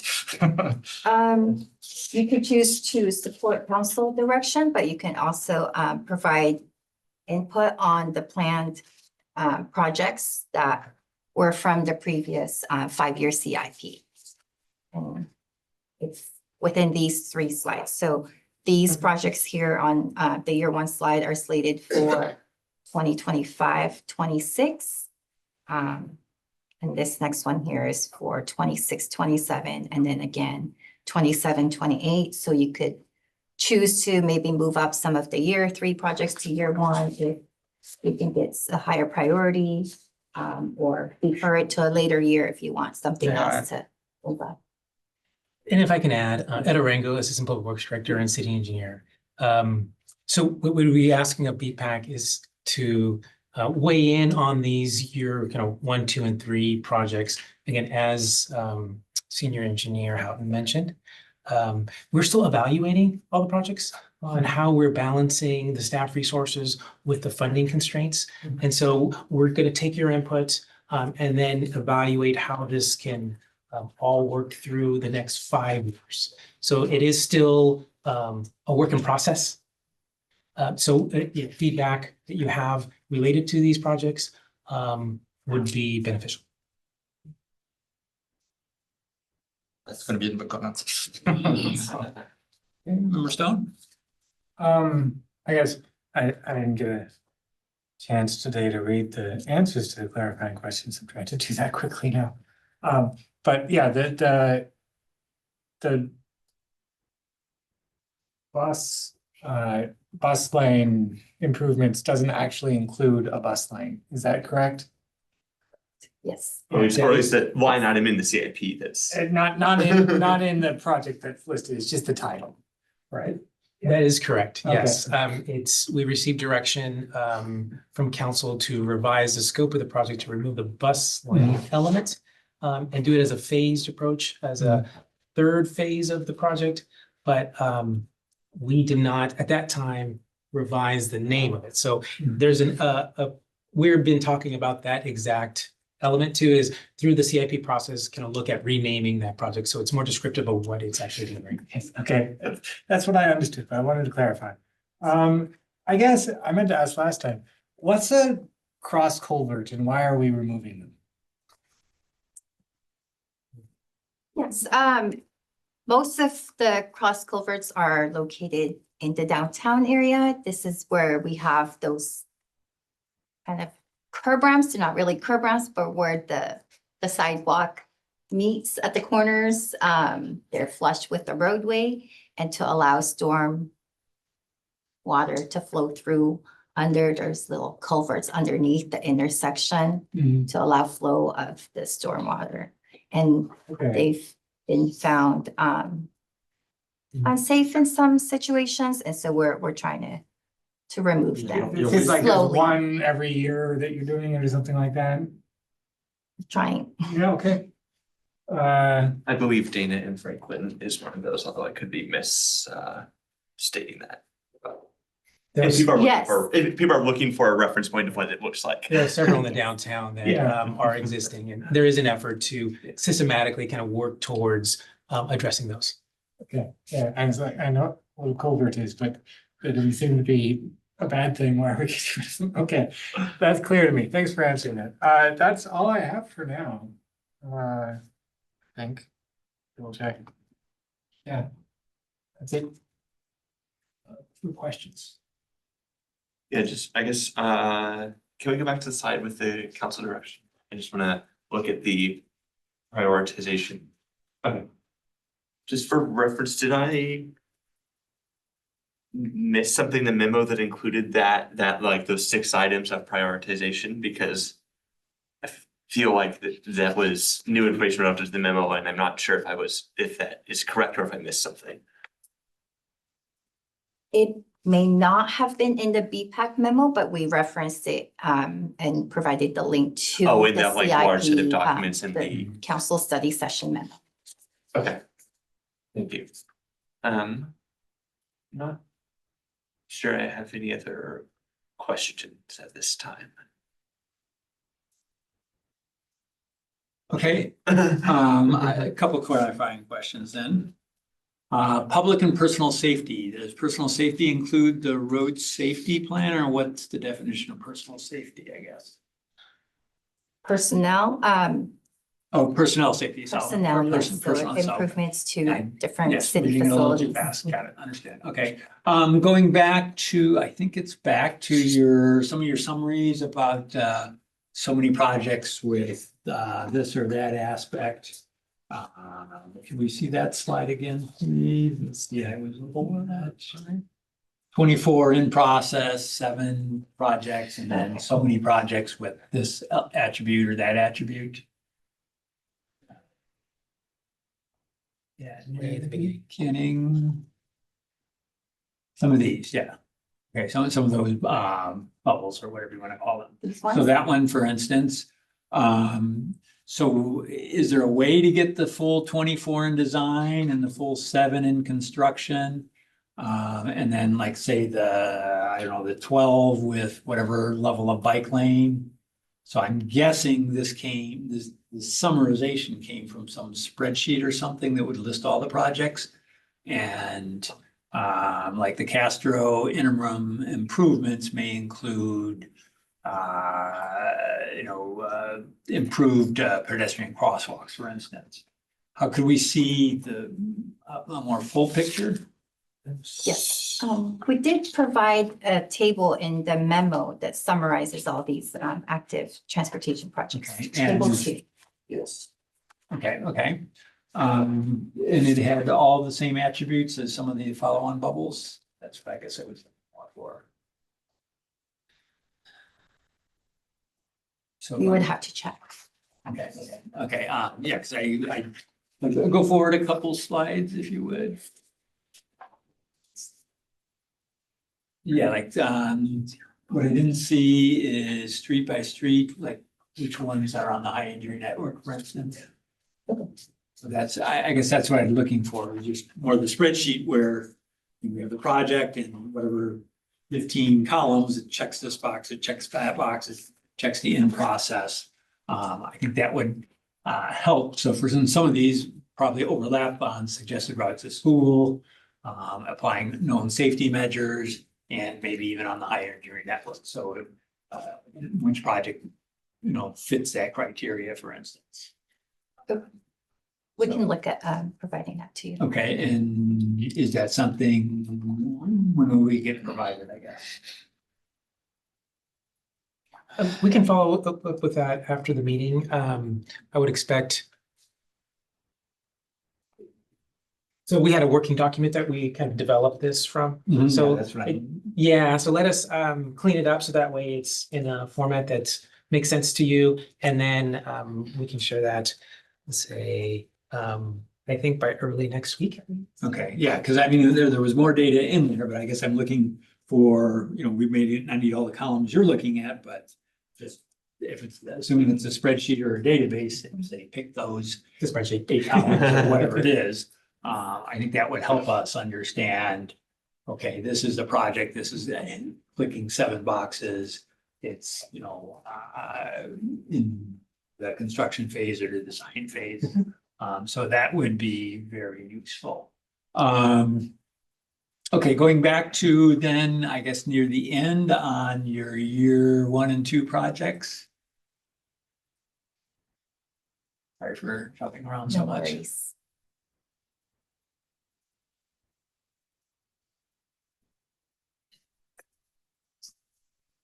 So, well, let's pick our favorite cross culvert. Are those identified in a priority order now for ones that likely would happen in year 1, or this is just vague, some will happen, or one more? If it's something that PPAC chooses to remain in year 1, then we would evaluate keeping it as part of the year 1. Right, but I guess, Project Is your list. question more of like specific location? yeah, we didn't get, if there's 38 of them in the city, is this 3 of them in year 1, or in which 3, or 8 in year 2, and which 8, or? We do this one at a time, Okay, one intersection at a time, because it is a significant effort Right. to kind of redesign the intersection. It really is a full redesign of all the corners and the intersection, and the grading that's involved at the street level. Mhm. So we do them. We yeah, take one at a I time. understand they're not easy, I guess, is there a current ranking of, which is number 1, number 2, number 3, number 4? We don't have a ranking. Okay, so we're just saying, how would the number 1 or number 2 be chosen? It would be based on likelihood proximity to the downtown. Effectively kind of work from the downtown outward Okay. and identify those projects. So that way, where we're seeing more pedestrian activity, Mhm. that would be the locations we want to kind of focus on and kind of work our way towards until we, again, systematically addressed all the intersections. Okay, I guess I heard 2 things, pedestrian activity and proximity to downtown, which are not necessarily the same. Do we have pedestrian counts, or I guess I'm trying to get a feel for if we say, hey, we don't care about culverts, what are we actually purging? Or if we say that should be higher priority and we're thinking of these 3 intersections and it's really some other 3. Is there a way you can help us understand maybe some of that more? We haven't identified, I don't think we identified a culvert location or a cross culvert location for this one. Not yet. We, when we evaluate locations, we identify, as I mentioned, sort of this proximity. We don't have, there's no special formula right now. Okay. It's just identified on which intersections would be kind of most practical to address. Again, proximity to downtown. Do we see one or more that would be good to tackle? And then we kind of go from there. Okay. But there isn't one that we've identified specifically for this location. So we would look again at all the ones that are remaining and identify how we could, which one makes most sense. Okay. But again, feedback on, Yeah, I guess it makes it hard for us to yeah, pick a priority if we don't know how it aligns with some of our initiatives. Okay, going on to branding and wayfinding. And then I think there was one in year 2 or 3 about bicycle routes.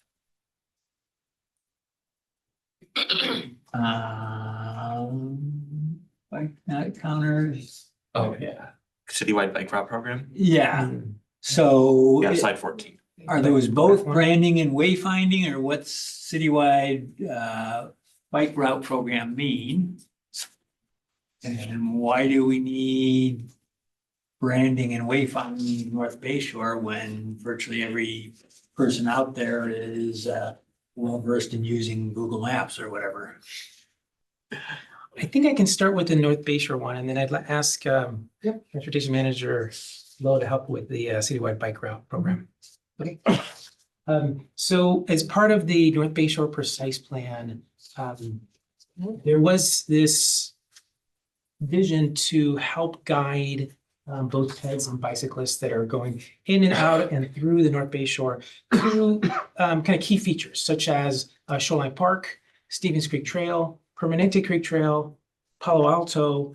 And this wayfinding was intended to kind of help direct, again, the peds and bicyclists are, again, through and within the North Bay Shore. And at the time when the Precise Plan was developed, I'm sure you remember, the population in the North Bay Shore was very high. There was a large volume of peds and bikes going through. So and we were seeing with the Precise Plan allowing additional development and growth to happen, which is still active today.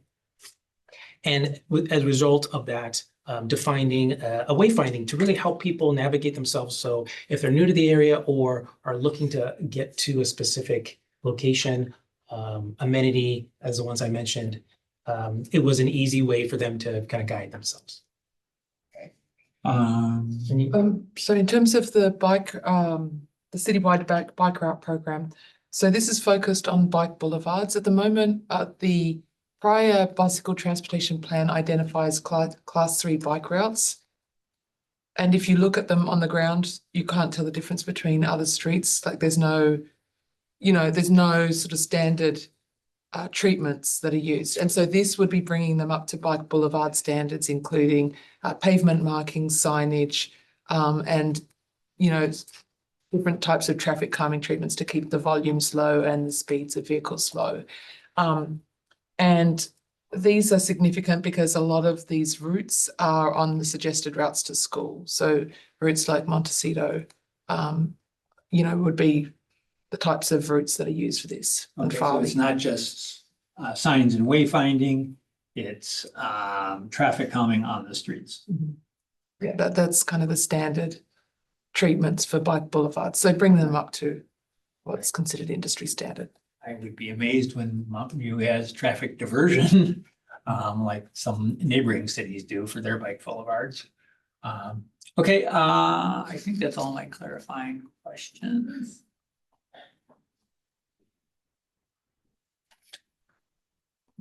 Okay, so you're looking for input from us. Any members of the public wishing to comment? No. No members in the room? Oh, I have one. April Webster.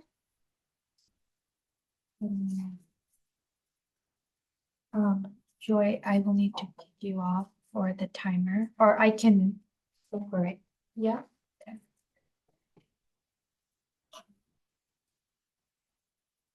Okay.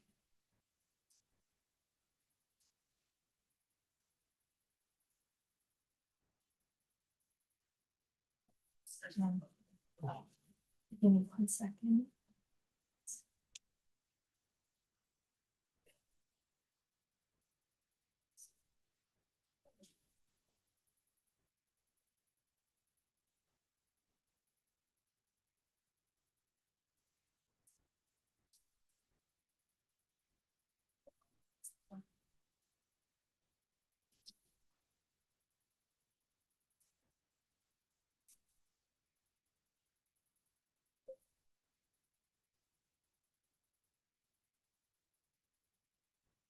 Okay, Beryl, can you hear us? I can. Thank you so much. Thank you. I want to say that 2 years ago, council and community came together around a shared vision of green complete streets. But the draft 2025-26 SIP represents a complete 180, really a move from green to gray. And instead of building on that momentum, we're seeing a return to gray infrastructure, prioritizing pavement over people, nature, and safety. This is a shift from the people-centric direction we wanted to go to a car-centric one, and it's unacceptable. This is not the direction the community wants to go. Staff have even suggested that improving our PCI could require pulling funds from vital bike, pedestrian, and safety improvements. And now staff have even started referring to OBAG 3 Complete Streets projects as paving or resurfacing projects in committee meetings, ignoring the fact that we completed a Green Streets checklist to qualify for those funds. So I have to ask, why the focus on pavement, and how does this align with our priorities? Our adopted plans prioritize safety, mode shift, and climate resiliency, but this draft CIP centers more on a blunt car-centric metric. We're also being told that we need to choose between pavement and livability, and that's a false choice. We can be strategic, we can be creative, we can be thoughtful, we can consider holistic design approaches like quick build, paint only road diets. This is where a lot of communities are going. This reduces unnecessary pavement that gets heavy car traffic, meaning less frequent repaving. It also reduces car crashes up to 50%, according to FHWA, makes space for green infrastructure so we can meet our MRP 3.0 permit requirements in time. There's also strong public support. In both of the Moffett Precise Plan outreaches, the public overwhelmingly supported a new vision: wider sidewalks, protected bike lanes, street trees, linear parks, shade. And in a poll of 45 out of 64 respondents at one of these meetings, they rejected 4 of the travel lanes, and another aide said it's worth considering. But the SIP doesn't reflect that. I want to urge BPAC to strongly recommend that the council realigns the SIP with our adopted values very explicitly. I also want to see us prioritize Rangsdorf and California Green Complete Streets and be explicit. I've noticed we've now dropped the word green from those projects. It's misleading and erases their intent. These projects were explicitly identified in the 23-24 SIP. Rangsdorf Green Complete Streets is on page 15. California Green Complete Streets is on page 13. Why was that terminology changed? That distinction matters. Naming matters. Semantics matters. And these should be key candidates to help us meet our MRP 3.0 permit compliance goals. So I really also encourage BPAC to consider upgrading Middlefield and Moffett to green complete streets to do the same. And the community is tired of waiting. The support is there. Thank you. Celia, can you hear us? Next speaker is Celia Paymer. Yep. And Hello. whenever Thank you. Similar, it's interesting hearing this conversation because I also noticed similar that the green was dropped from Rangsdorf in California in the naming. And it's kind of ironic because the bus lane wasn't dropped, and we were told that that would have to be a conscious decision to change the name of the shoreline to remove that bus lane. So it makes me think that the removal of green was maybe not an accident. Maybe it was a conscious decision, if that's how these names have to be changed, which concerns me because there was a lot of support for it being complete green projects with green components in them. So I hope that those names get corrected as well to their original names, because I hope we have not removed the green components as well as the bus lane. And then also I would love for our BPAC commissioners to consider asking in the spreadsheet with the other metrics of if that's on safe routes to school and the injury network and such as that, about the green components when considering the prioritization. So hopefully in that spreadsheet, you can also ask for how much pavement is reduced through green components as well, and use that to help guide the project prioritization. So thank you.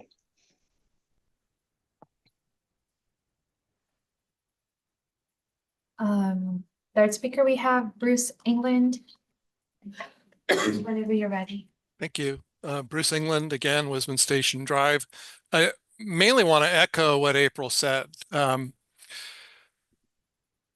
Perfectly, really. I mean, the way that she said it was really perfect. And I just want to emphasize all the points that she made, but also to say that we members of the public have been monitoring these processes around making the improvements that we're after for years now, really. And there's a lot of institutional knowledge amongst us that if we are gone, and other people come on board, they might not be aware that these changes have happened. Therefore, it's really is important that the naming, which does matter, sticks, and that we don't have to notice whether something has disappeared and then ask for it to be added back. I mean, once it's there, let's just keep it there.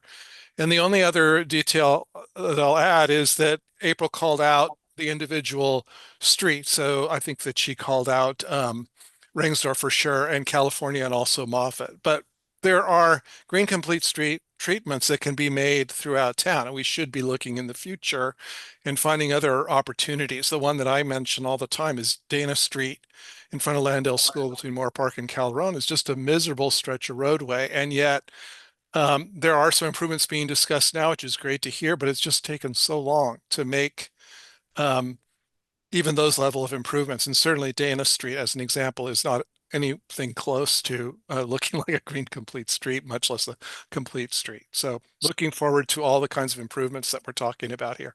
Thank you.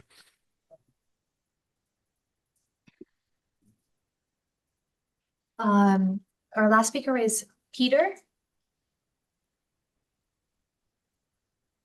Hi, can you hear me? Yes. Yeah, I just want to make a couple comments. I'm also pretty skeptical of focus on pavement, road pavement for vehicles when a lot of sidewalks are in pretty bad condition. The other thing is about the cross culverts. Those are actually really nice for wheelchair users because they're totally level. What they get replaced with is the standard 45-degree angle kind of curb ramp with the bump dots, and that requires wheelchair users to kind of dip down and go through rainwater or mud that's collected down there at the bottom. And the 45-degree angle is kind of, if we're going to install the bump dots, it's better if they point 90 degrees straight across the street you're crossing rather than at a 45-degree angle, because that makes it easier for blind people who are kind of the target audience of those bumps. So I'm not so sure that removing the cross culverts is a great idea. That's it.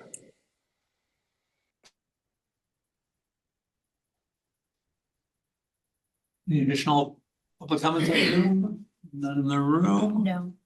No. Okay, moving to committee comments. Do you want to go ahead? I start, I guess.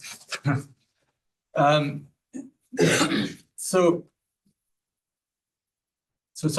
first one comment on the El Camino intersections.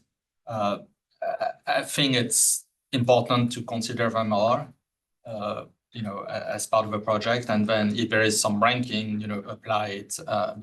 We talked, I think, last meeting with the scoring method for the active transportation plan. If possible, I'd like each of them to be, scored at some point, and then we make the determination on which one is important. So I agree that, if there is a challenge maybe to deal with Los Altos, on these intersections. But on the other hand, these are also route to schools. These are also in the forest, near the forest census tracts in Mountain View. So they are, when you look at the scoring, I'm not suggesting to rank them on the spot, but I suspect that Rainsdale, for instance, will rank, higher maybe than Sylvan, for this type of reasons.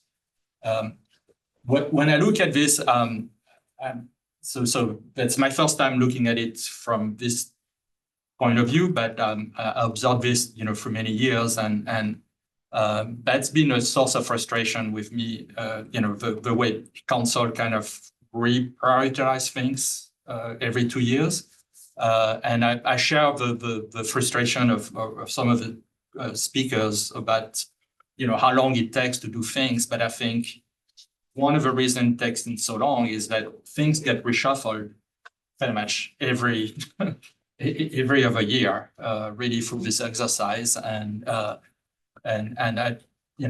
didn't do it this year, but I've often sent letters to the city council to refrain from doing this because it's actually counterproductive. We're wasting time there.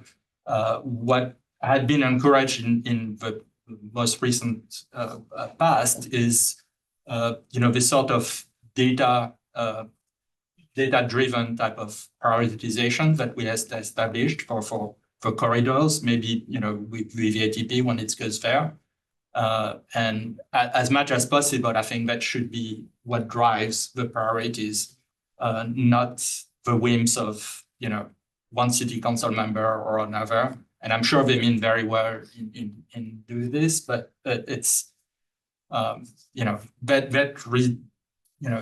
results into reshuffling priorities, which isn't good for you, for the city, but it's also not delivering things. And so that's my.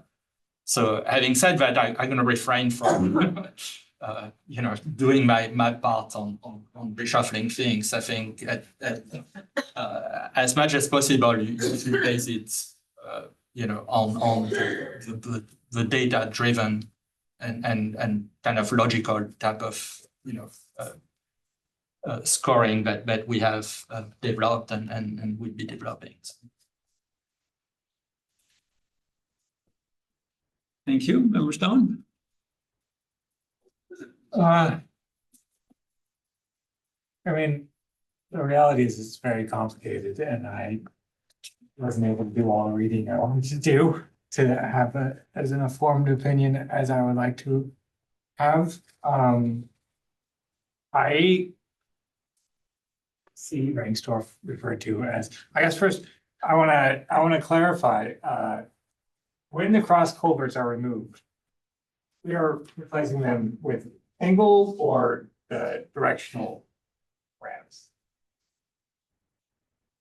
It would be depending on the size of the intersection, if there's available space to be able to put 2 directional ramps at each corner. That's something we would consider, but it's dependent on the. I thought directional ramps were the standard, maybe I'm wrong.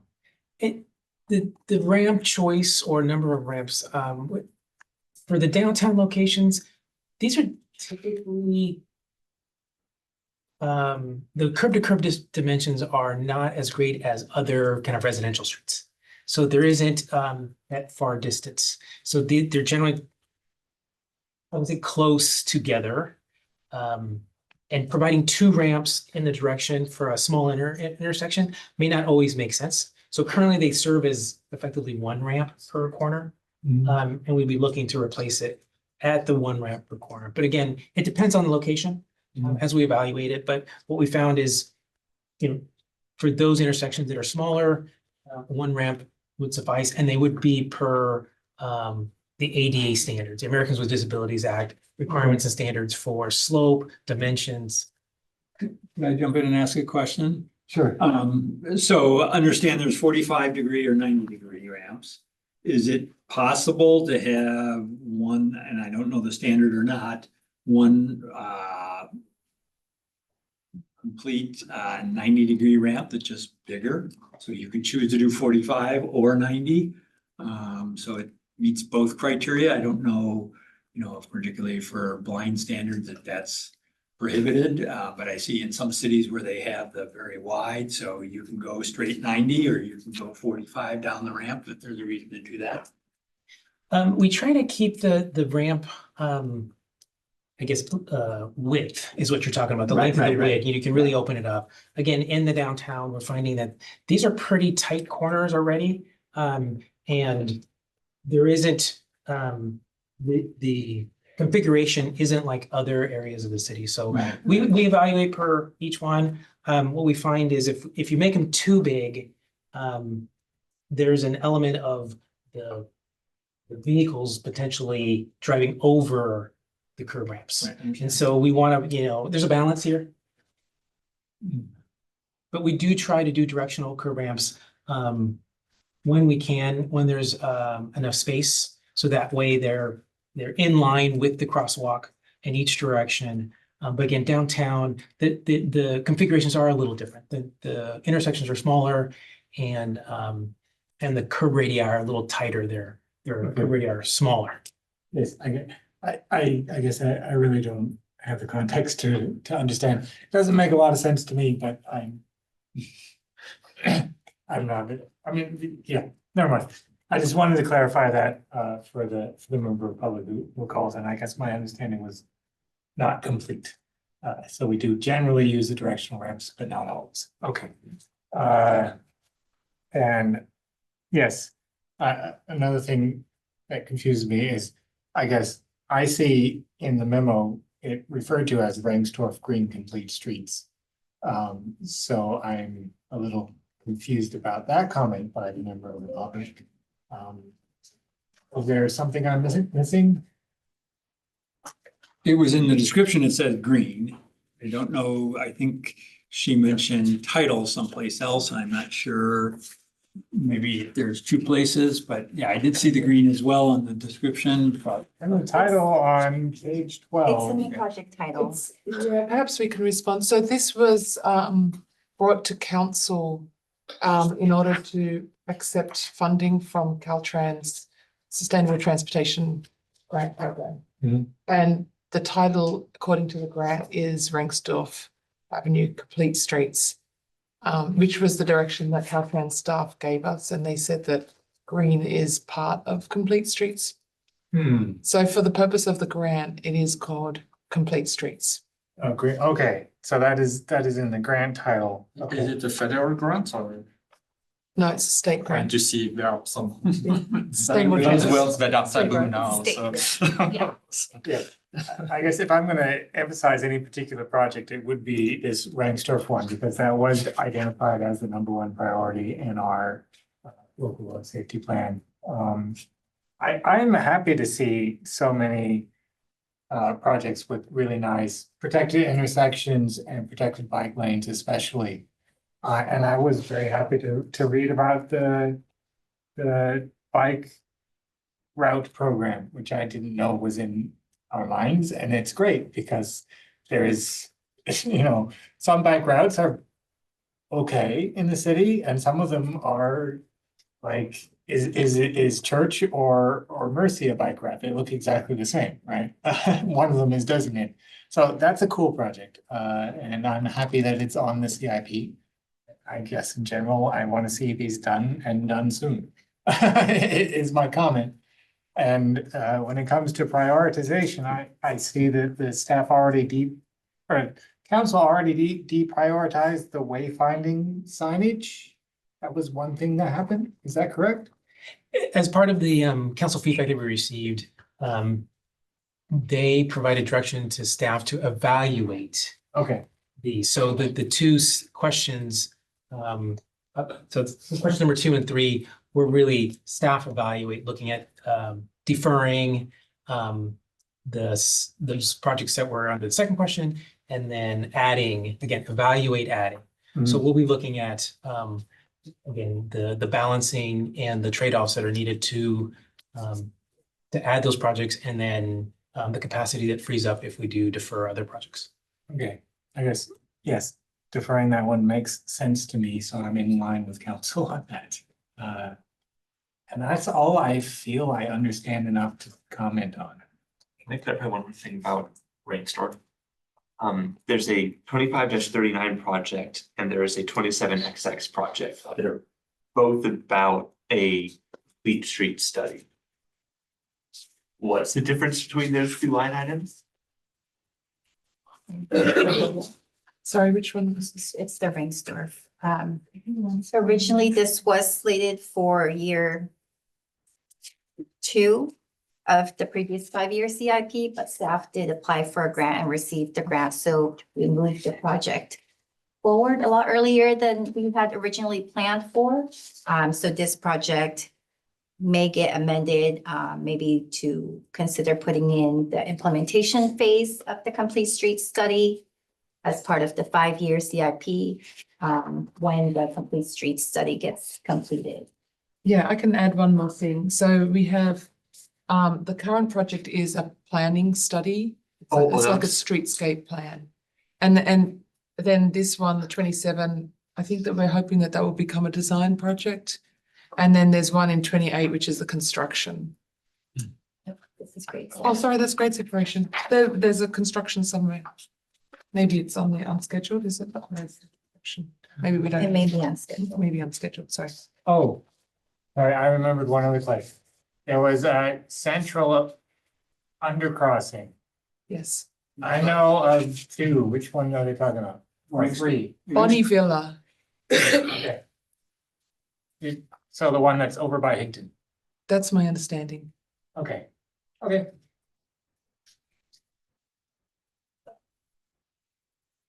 Okay. Representative Mall? Yeah, it is, as others have noted, it's hard to provide too much comment on individual projects. I guess my high level things are, like Member Blante, I like having somewhat objective criteria to reference, and I think that's what the goal of ATP was and is. Of course, we don't have all that list of projects yet, but I would, especially for things that are like, yeah, well, we have a slot for 3 separate intersections along El Camino. Let's figure out which one to do first. My inclination would be to defer to that, like based on because my answer right now, if I were asked to choose one, would be, well, which one's the high, has the most injuries and will be, but also which ones are likely to be the easiest to construct and which ones are near safe routes to school. And as I say those things, those are just the scoring criteria for the ATP. So yeah, that is how I would genuinely aim to prioritize things amongst the various active transportation projects. The one thing I do find difficult to evaluate in looking at project by project things, if I'm trying to determine like how to evaluate the active transportation component of projects, is that a lot of these projects, for perfectly good reason, are not just the active transportation improvements. Like the shoreline bus lane one that is phase 1 and so doesn't include the bus lane, also includes water utility improvements, which is reasons those two are put together. I assume that's because we're tearing up the street anyway, so we're doing 2 things at once. Sure. But that also means that if I try to look at the dollar amount associated with that, I should probably in my head only consider some of that as being active transportation related.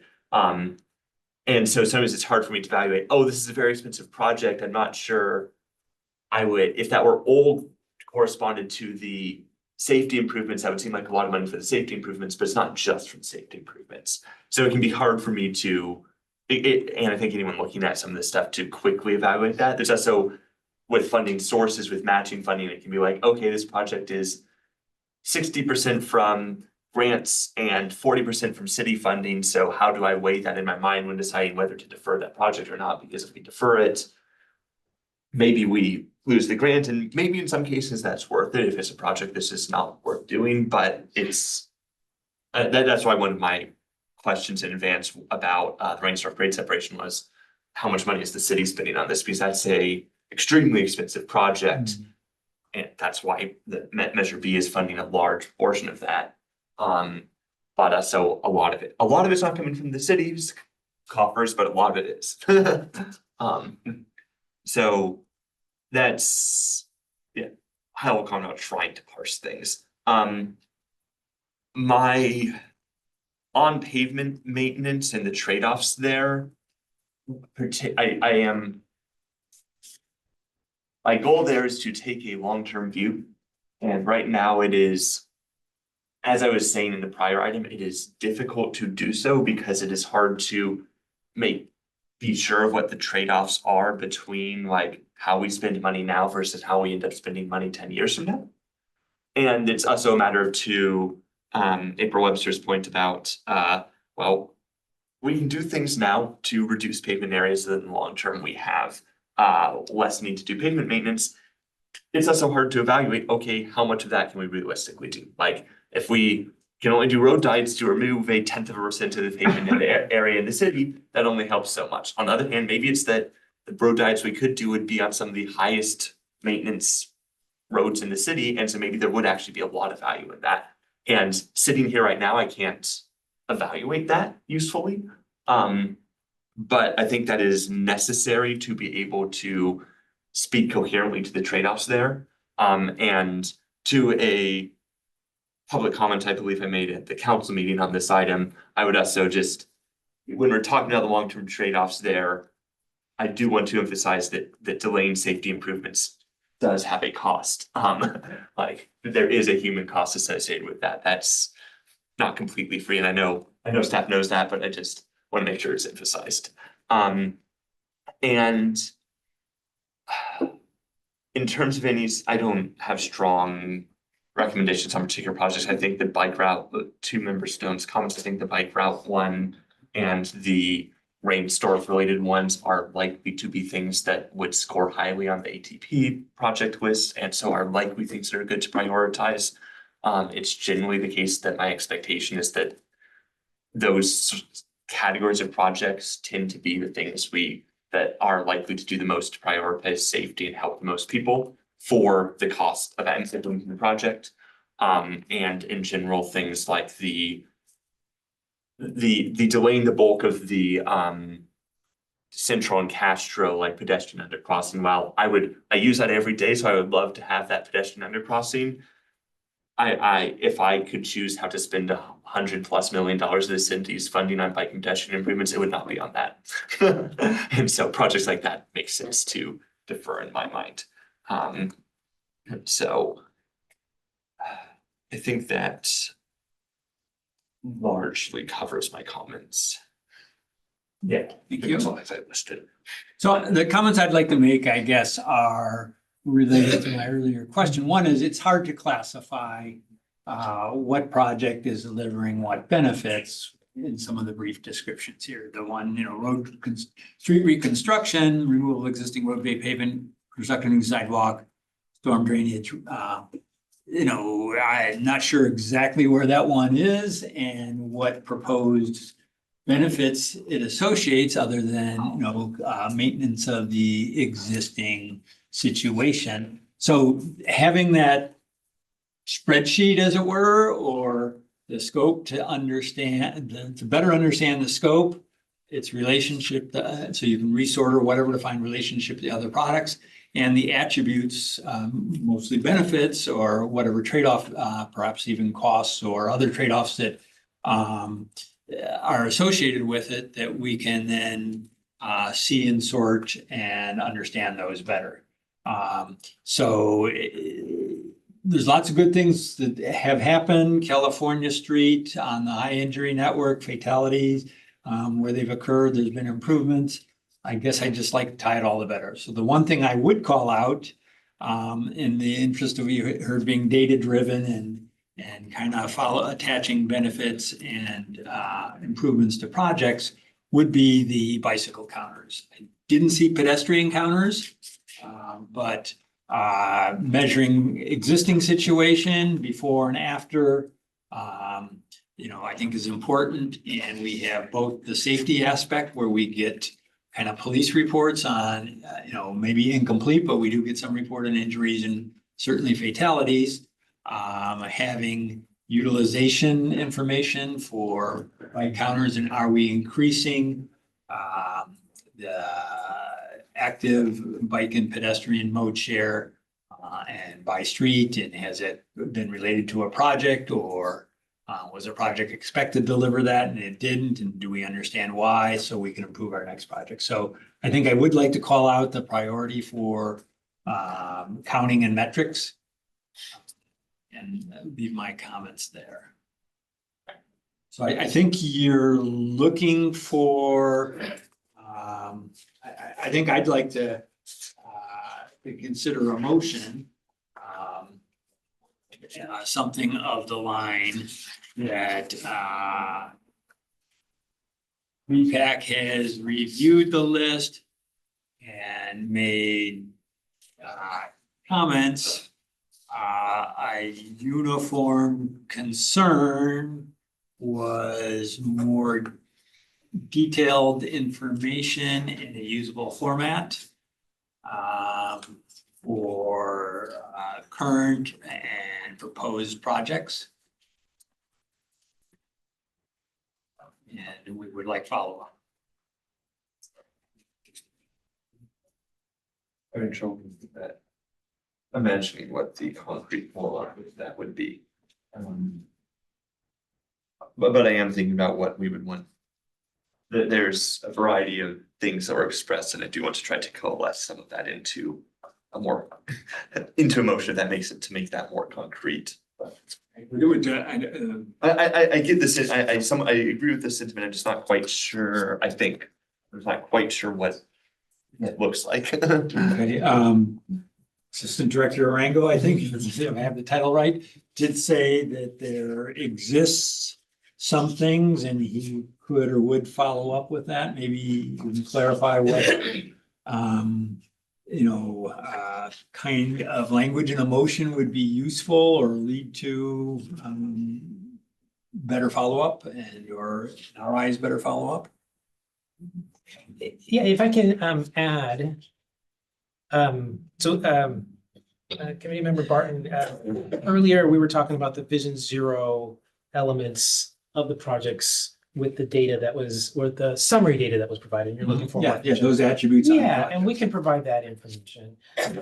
As part of the reason why we're here tonight is we're really looking, we had identified these roll forward projects. And I'm hearing a lot of feedback on existing projects, Right. But the CIP is looking forward.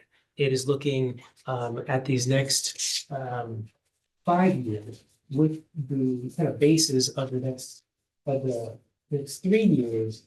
That are coming, are proposed to come online. And again, we're evaluating these forward-looking projects to identify priorities and sequencing based on staff resources, funding, as well as feedback from council committees, commissions. So we had identified sort of a first step at giving you an outline of what's coming. Some of the things that we're thinking that in the memo identified on, again, work in progress. But we kind of a first step of things that we're thinking about deferring, but wanted to get the feedback from the VPAC on if the recommendations that we're identified, if the planned projects that are going to come online, if there's any priorities or recommendations or feedback based on those projects. So basically table 3, which things should be deprioritized and which things do you want to hold in their place? Table 3 is the best. Purple in the middle. Overall, yes. Yes. What I think Chair Barton is trying to say is that he would like to see that spreadsheet in order to make that decision. I think I would too, but yeah, is that what you're? Yeah, I think like the only one I called out, I think 27XX bike counters is in the table because it drives the metrics, which I think I heard we want to be data driven. That to me is a priority and should be solidified in the plan. A lot of the others certainly are important, but I can't really prioritize cross culvert without knowing a location or a more specific issue that it's trying to solve. If it's the most walked intersection in the city and there are reports of injuries as a result of the current configuration, then I could prioritize that, but I don't see that data. Kind of the existing conditions that we know about. Is it all right for me to say what I think I've heard? So, I mean, we're trying to make kind of provide comments tonight. Yeah. What I've heard from this discussion, it sounds like there was less interest in the cross culverts and sort of a idea that it might be okay to shift that down in priority. Also, I think that I heard somebody say that the North Bayshore branding and wayfinding signage maybe wasn't as much of a priority. I heard that Rengstorff Green Complete Streets was a priority, so hold the priority where it is, or even move it up or something. El Camino Real, protected intersections. I heard that that was a priority, and that the group also wanted a bit more information or wanted staff to adopt a data-based approach to which one goes first. Bike counters, that sounded like a priority to be held, and because it also supports the data-driven approach. I heard from someone, I think, that California was a priority, California Complete Streets, and the citywide bike route, I heard support from maybe a couple of people for those ones. Is that a good summary, or did I miss something? I think it's a fair summary. Like I said, I think we could with more information, we would make stronger endorsements of some of those and that were already mentioned, and perhaps some of the others that weren't mentioned. But I think, given what we have, I think again, that's a fair summary of the comments that you heard. Yeah, thinking about the long term and just trying to capture anything, I think it'd be good for us to coalesce it into a bit more of a motion and such, but I think the two other things I heard mentioned were Member Bonta was mentioning the intersections along El Camino that are predominantly within the Los Altos city limits might be things that are worth getting attention on. Explore. But they aren't things that the city, they will, like, if you're looking at the active transportation plan scoring criteria, there's probably something which would get like a more complex or worse like feasibility score, means coordinating with Los Altos, but I assume there's like the bit of those side streets that go into Mountain View, I assume are within Mountain View city limits for the most part, and so probably would involve Mountain View doing work on those projects. So I could see those being something we want to end up looking at within the next 5 years, or maybe Los Altos starts to look at them in the next 5 years. So we want to have space in our CIP or our general planning to work with Los Altos. The other thing that was on my mind in thinking about how we plan out a 5-year CIP is hopefully our active transportation plan will finish up soon. That will hopefully include, or that is supposed to include, lists of projects with scoring criteria. That may bubble up projects that are very high priority that we don't currently have on this list. My expectation is I think we've done a decent job in this list of capturing the things I would expect to see as the high priorities. That's things that are along the high entry network, that sort of thing, are mostly in this list, but I wouldn't be surprised if there's a couple intersections or segments of road which do not appear here, but which are very high priority. And when we get the active transportation plan back, we'll be like, oh, we should be slotting this in. And so I think it would make sense to have some expectation that will happen. I don't know that that means including a line item in the CIP for it. But yeah, that's it.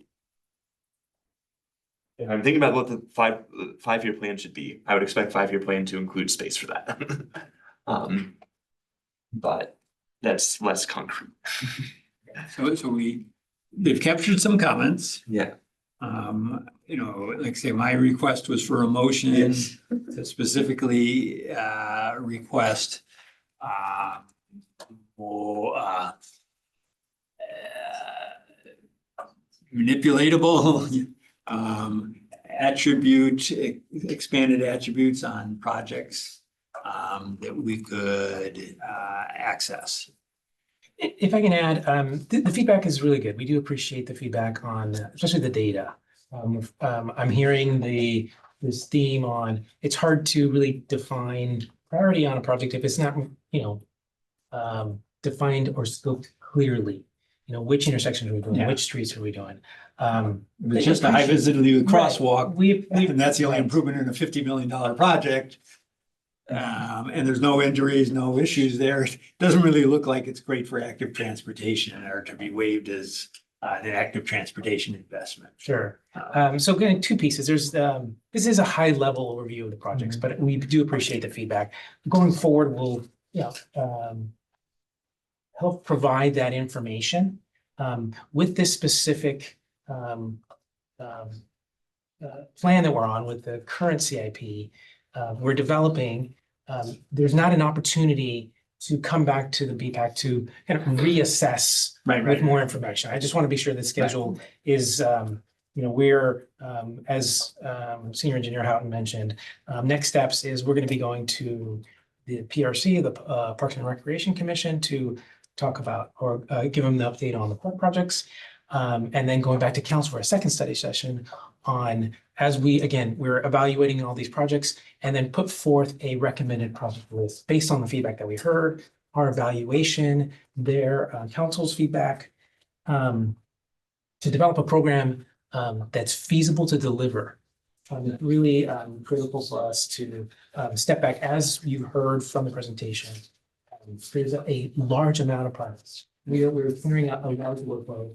The funding resources are down. So we want to really identify a balance of what we can deliver during this 5-year process, particularly during the first couple of years. We really want to be sure that we're sizing it correctly. So the schedule being what it is, and again, going forward, we understand that feedback. But it was looking at high level feedback on the project going forward. And then, and we're going to take this input, put it in the hopper, really evaluate all the components that we heard, and then put forth a recommended list to council, the second study session, where they will identify and give us more feedback for us to finalize it for the June adoption. Okay. So I think there's two discussion points. One is, do we want to make a motion regarding our comments, or was the way they were captured by staff good enough for that? And then number two is, given our comments on the prioritization, I would still like a motion requesting, as it were, a delivery of project listing with attributes, without all the summarization, but more, in the spreadsheet columns that you're currently. Can I add a little bit here? We're seeking simply feedback tonight. It's really a non-voting action. Therefore, there's not really a motion that goes with it, right? A motion is usually a doing action, move to approve, something like that. In this case, we're seeking your input so that we can put that into the greater thing, and then feed that to City Council. I think we've captured your input adequately. Simply, if you wanted to ask staff for additional information, such as the spreadsheet that you're referring to, we're happy to take that. And I think Ed said we could get something to you next week. Okay, so yeah, I'd like to make a motion just to go on record that that request is formal. So I have one more. Yeah, I guess I'm saying it's not a motion making thing. Okay, yes, but we can make the motion. We'll go into the minutes. Yeah. But it's not, it's. It's my understanding we can make the motion even if it's not required. Is that correct? You can. It is not that we don't need to make the motion. It is, I think we found You've made. sometimes it's useful to Emphasize. make sure that the BPAC is actually in agreement on what we've requested. Because sometimes we tried to put it down into words and we're like, wait a minute, we actually disagreed on what we were asking for. This one, I'm not sure that's the case. Okay, I think we've heard you. Okay. I think we understand what you're looking for. We're happy to provide the data. Okay. So can we formalize that request with a motion is my question. I wanted to add one more comment, if I may. Because I forgot about this with bike counters. I don't know exactly what technology you're looking at, but by all means, look at the technology that works on both bikes and pedestrians. I'm retired, but I've worked on these things and it's pretty trivial and look also at reusing the existing cameras. So I think the city has developed, has implemented some, it's mostly to read license plates and catch people with a warrant or a stolen vehicles. I mean, there is one right by my street. I wave at it every day, but depending on their range or things like this, they could, if they can read the license plates, they can certainly count, identify bikes and even pedestrians and count them. So, or you could count cars as well. I mean, to get an idea of the things, because because if we have cameras everywhere doing different purposes, first of all, it becomes more expensive to manage and so on, but it becomes unsightly too, and we feel like we are always watched on. So and then for the locations for those, I would suggest, if possible, near schools, because that would provide accurate counts for the safe route to school. So that's I just my 2 cents. So my sense of the motion was that it was more about the spreadsheet for the project. Oh, no, this was not a motion. This was. Oh, okay, that's just another comment. I just- Tardy I just want to comment. clarify that motions cannot be to direct staff. So as an advisory body, a motion is usually to advise council. So if you would like to request something from staff, we are more than happy to provide it, but a motion is not the appropriate means for that request. Okay, so a motion to let council know we made a formal request, is All that? you have to do is send me an email and I will get you that spreadsheet. I will make sure you get that. That's all we need. It will be recorded in the minutes, and if you follow up with an email, we'll make sure to get that to you. Okay, And it didn't record it now. Yeah. So- and I guess that would be an ongoing request as part of our review. Correct. That's fine. And we are more than happy to I'm more than happy to meet with you, and I'm sure Ed and Joy would be there to help support if you have any questions as we move through this. We're just coming up on 3 hours here. We still got 2 more topics, so I just want to make sure we guys. So are we comfortable that the request is heard and recognized, that we will get the spreadsheet? Thank you. Yes. Okay, so are there any other requests for motions related to this item? Seeing none, I think we can move on. Thank you. Thank you so much. Request a quick bio break. Okay, so adjourning for. Until 9:20. Yeah. 5 minutes. Yeah. Is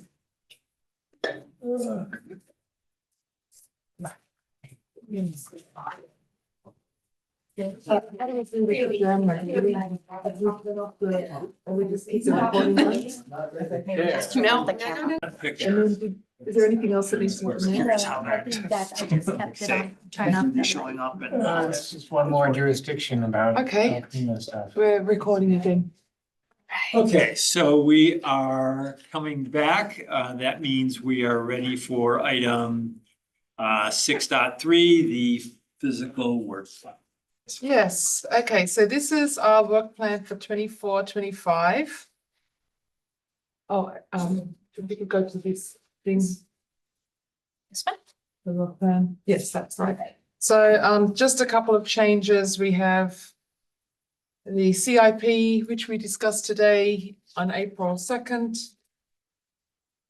And the rest is consistent with what we presented last month. So getting through our work plan. And then on the tentative agenda list, we have a work plan and CIP today. In May, we have a meeting on the 28th. So this is not a usually scheduled month, but we're having a meeting then to talk about collision data, Miramonte phase 2, that's the segment A and segment C, north and south, and then TDA 3. And then in June, we are planning to discuss Castro Street intersections, Middlefield Bikeway / the active transportation improvements Fund and El Monte Corridor active, I don't think we're going to have the active transportation plan, Safe Routes to School and Vision Zero action plan update. Okay.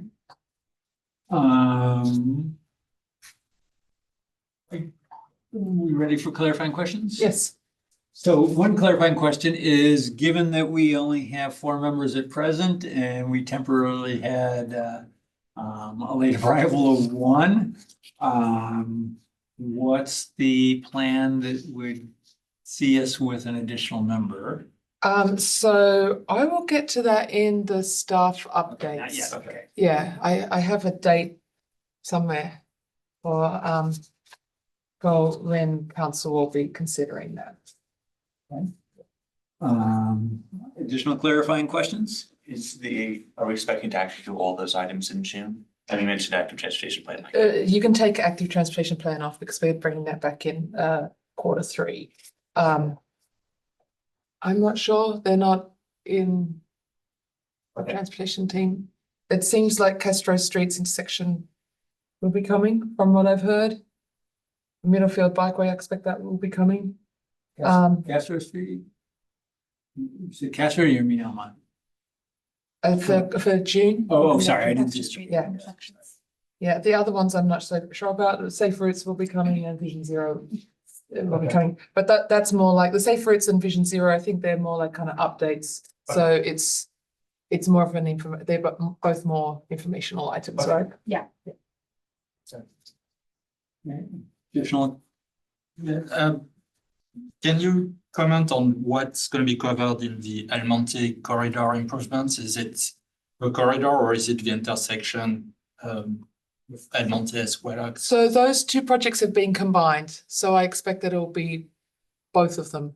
So I'd probably have to recuse myself for the El Monte part, Oh, but I'm very thank far you. from, Yes. from the Okay. thing, so that's And I my am question, so. so part of the reason I That's asked right. earlier about the attendance was I'm also, Yeah, and so that's why I'm asking there because you Yes. know, I'm far enough from the intersection of, on El Camino. I'm really almost like at Springer.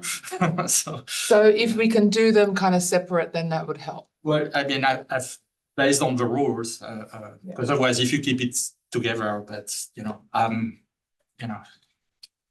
Let's think on that. Yes. We'll get back to you. Yes. it's more. Thank you. That's a really good I- comment. I don't know the rules, but. yeah, I may be excluded from both. I'm not sure on the distances, frankly, but I'm a little closer than the Springer intersection. Yeah. Okay, additional clarifying questions on the plan? Are we moving to comments from members of the public? No hands raised. None here, none in the room. Going to committee comments. Okay, I will make one. I have travel plans in June. I think I've indicated that before. That's usually a travel month for me. I don't think I'll be back by the 25th as it looks right now. Okay. So I am likely to be absent. If recusals change something, we wouldn't have a quorum, I guess. Unless we have another member. Okay.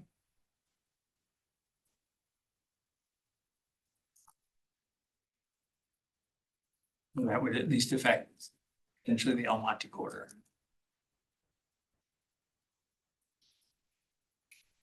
Okay, with the conclusion of comments, anything else expected or needed from staff, or are we ready to move on? Ready to move on. So the next one is next year's work plan. So if you compare the one that we just looked at for 24-25 with the draft for 25-26, I wanted to note the suggested changes. So what is listed as, here, let me find it. What is listed as E in the 24-25 plan is review private development project applications requiring general plan, precise plan and or zoning amendments, and it's as directed by City Council. This you will not find in the suggestion for next year's work plan. Since I've been with the city, we've never actually done this item, and we're suggesting to council that it not be in the item. Also, in terms of the sequence of when you would go to council to have them direct staff to bring it to BPAC, it sort of is a little, It's gonna slow everything down. yeah, it kind of means that most things don't go through that order, like you don't go to council first. So I guess it's possible that a gatekeeper might go through this, but I think that if council wants BPAC to review, they will ask BPAC to review anyway. So that was the one change. There also is a very minor change at the end for item N in the proposed work plan, which is to review progress on the Vision Zero policy and action plan as opposed to developing it.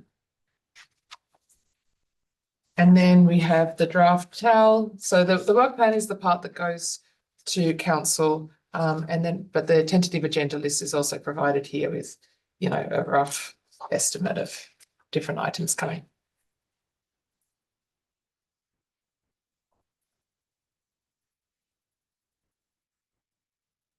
Okay, moving to clarifying questions from committee members.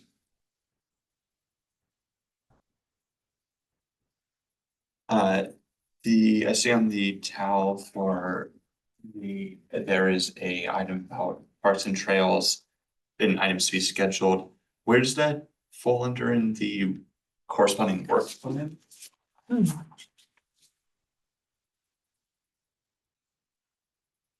I sort of assume that's rollover from, I think that item was basically requested in the last year's draft work plan. That may just be rollover from that, but I'm not sure if I should expect it to be reflected in the work plan. It was a request from BPAC members. And let me see, I think it was probably, it might be C even, bicycle pedestrian facilities. It's not part of the roadway system, but they are part of them. Okay, so it is part of the work plan, it's just. I think we would probably note it in there when we do it. Okay. So, Yeah, I know I've asked in the past that we don't ignore that and include the network, all components, so. Okay, I guess, and as a matter of what we're looking for out of this meeting, is basically, if we have, do we want a specific motion saying we're happy with, say, this work plan and TAL, and if we, or is it just anything we would want to request get added? That we don't want to bother making motions for those. Yeah, so the recommendation is accept the draft Okay, so work plan. We need to accept. Yeah, so I think a motion would be great because this is going to council. Okay. So I'm new to this process here. I had some experience doing it with the Human Relations Commission, and the charters are pretty different and so on. But with HRC, there were a lot of things that were added by the HRC committee on the work plan, and it's, you know, again, this is a different type of commission, and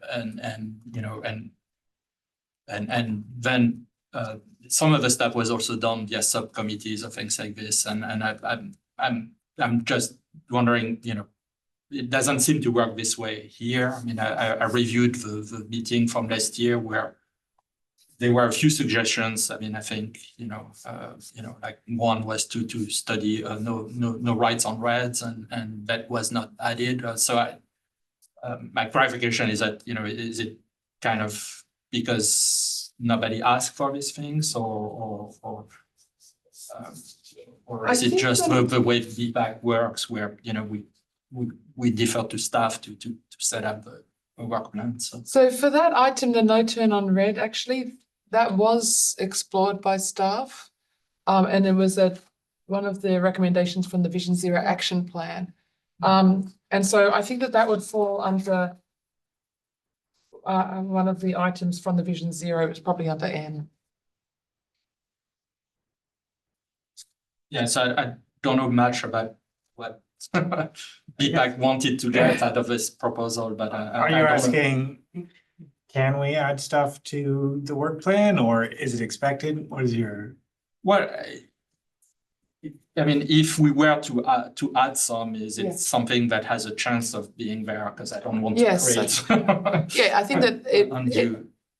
if you wanted to add things, we would need to check that it is not like that it's minimal effort in terms of staff time. If it's a big project, then, you know, we would need to kind of evaluate that and, but the draft work plan would be going to council and they would consider it there. And if there were resource implications, then that would be added to the report to council as well. My understanding is that's what goes through that like flow chart from Yeah. the member orientation in the January meeting. This is a much more simplified Oh. version of that flow chart. Yes, yes. Yes. But that the essential idea of like, if we have a request that say, it would be, we would like to have an item on our work plan that is BPAC talks amongst themselves at a meeting about curb cut design guidelines. And we were specifically not requesting staff time beyond the staff time to run the meeting. Maybe something like that would be straightforward to add on. If we were asking, we would like to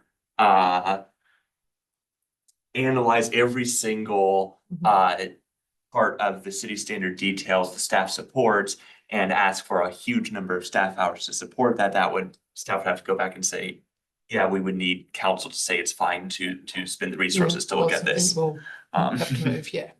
I think that's a fair. Yeah. Mhm. So that was my question. So Okay.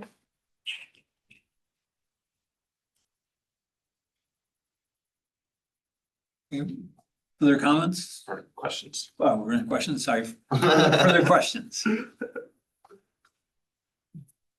Okay, seeing none, comments from members of the public? No. Seeing none, moving to committee comments. I did have something on my mind that maybe we could think about adding, which is so I want to buy an e-bike, but I have no place to put it because I live upstairs and there's no bike storage my complex. But there's two potential solutions to this. One is my complex management puts secure bike storage in. And the other is, I was in San Francisco the other day and I noticed that they have turned some street parking into secured bike parking, by putting in this big metal thing that has 4 little doors. You can put 4 bikes in there. So this is a problem I have and 2 potential solutions, and I would like to see if possible, is explored, I would say. I really quickly jump in here. So we were actually took the ATP to CTC last night. And one of the things that was actually discussed is hopefully out of that will come a policy on bike parking, including e-bike parking. So I'm hoping that we'll talk about that then, but if That would affect new construction. It wouldn't help me. Am I wrong? Or the ATP isn't necessarily, because if it's a policy change, yes, but it also would be any new city project. So if there's if we were looking at parking or bike storage, anything in the public right away, it would affect that. yeah, so for the second part, yes, but I'm also thinking about. I'm still not sure about that. Sorry. I'm thinking specifically like incentive programs or something the city could do for encouraging, providing these facilities like we have for like electrification and other green sustainability programs. The thing that's challenging to me about this and other things that would come to my mind to bring up are ostensibly, they're basically all within scope of the ATP in one way or another. And which is good and bad. So I don't know to what extent I should just like be in a holding pattern on saying we should like for the no right turn on red, for instance. I think part of the reason BPAC brought it up last year was because that was particularly relevant for safety. And it seemed worth elevating in terms of priority to discuss, but also, yes, talking about citywide, talking about no right turn on red policies makes sense to talk about as part of the ATP. And so it's, yeah, I don't quite know, like, there's probably a couple of things like that I could think of as say like, yeah, seems like it would make sense for us to have a discussion about that at some point and potential to with the goal of updating the city policy. I'm not sure if the right thing to do is to specifically ask that we make some agenda items about those things in the next year, or if it's to just say it'll be part of the ATP, and then when we discuss ATP policy changes, which I believe is the next time the ATP is supposed to come forward, we will just try to cover literally everything. And so I don't know what the productive thing to do there is. Yeah, I guess, but that's a challenge I encounter when trying to think about what we should or shouldn't request as changes to the draft work plan. yeah, so the item in October of 2025 there that says ATP, what specific aspect, or is that just update, or what would be envisioned there? We would be bringing prioritized projects, a draft list, and also policies. That's the plan. So. Great. So I had one suggestion. So I'm looking at all the CIP projects and things like this and the current projects. I noticed that there is a dark sky ordinance. So my suggestion would be to have BPAC provide some input to this, because light visibility is kind of important, and depending on how you do the ordinance, I wouldn't want when I walk back, like, I don't want the lights to shut off at 9 or or 10, for instance. But and I don't know if it's led by consultants or a specific team, but maybe kind of getting to know what's being planned and hopefully get our feedback as to how I guess it can affect us. So actually, I think both of the suggestions so far. So the dark sky ordinance is a city code revision. I think that we can request from the community development department to see if they would be willing to bring it to BPAC for consideration. We would list it under B as, providing input to, city code revisions. And then for the secure bike parking, we could consider under C, but it sounds like you're wanting a little bit something that's a little bit more involved. So maybe that's something that we should consider what the effort is there. And it might be something that also comes through. I expect it'll come through the active transportation plan as well. Yeah, I mean, if you're expecting it's going to come through the active transportation plan, that's kind of good enough for me, and I can yell at you next year if it doesn't. Okay. Yeah, and I guess to some degree with active transportation, but maybe a bit of the recommendation there is we've already seen it split up a bit when it comes to us in terms of like scoring criteria versus policies. I'm inclined to say it's fine if there's a set of policies we want to discuss and then another set of policies we want to discuss, like maybe that just makes for 2 very long meetings instead of 1 very long meeting. But that might also enable some more concrete discussion on some individual items. I don't know. Or we just say, yeah, we see what happens in this year and then complain next year.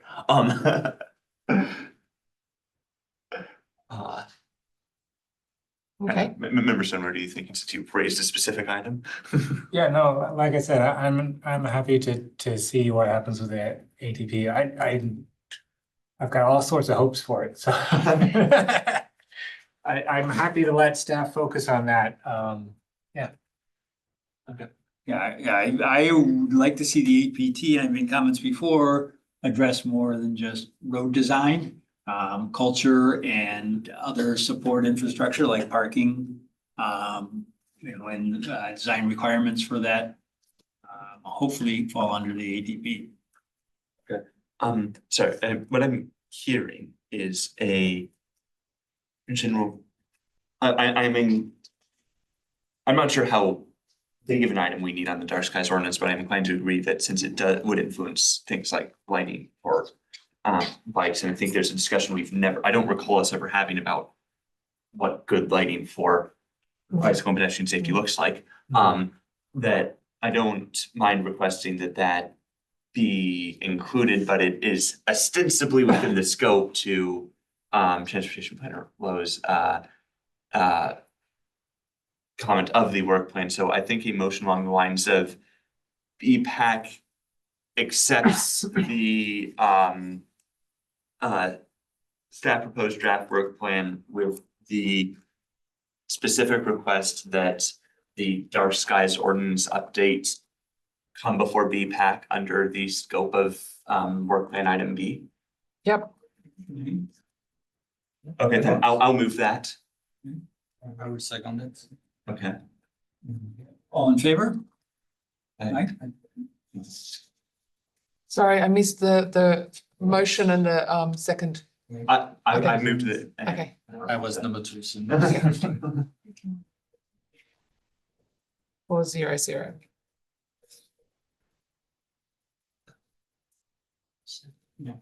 Thank you for recognizing that overlap.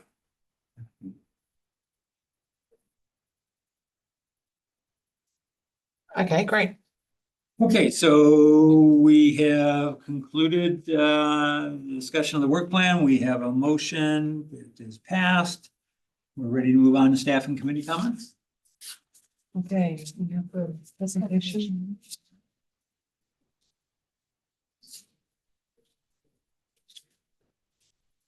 Oh, gee, where's the notes? Yeah.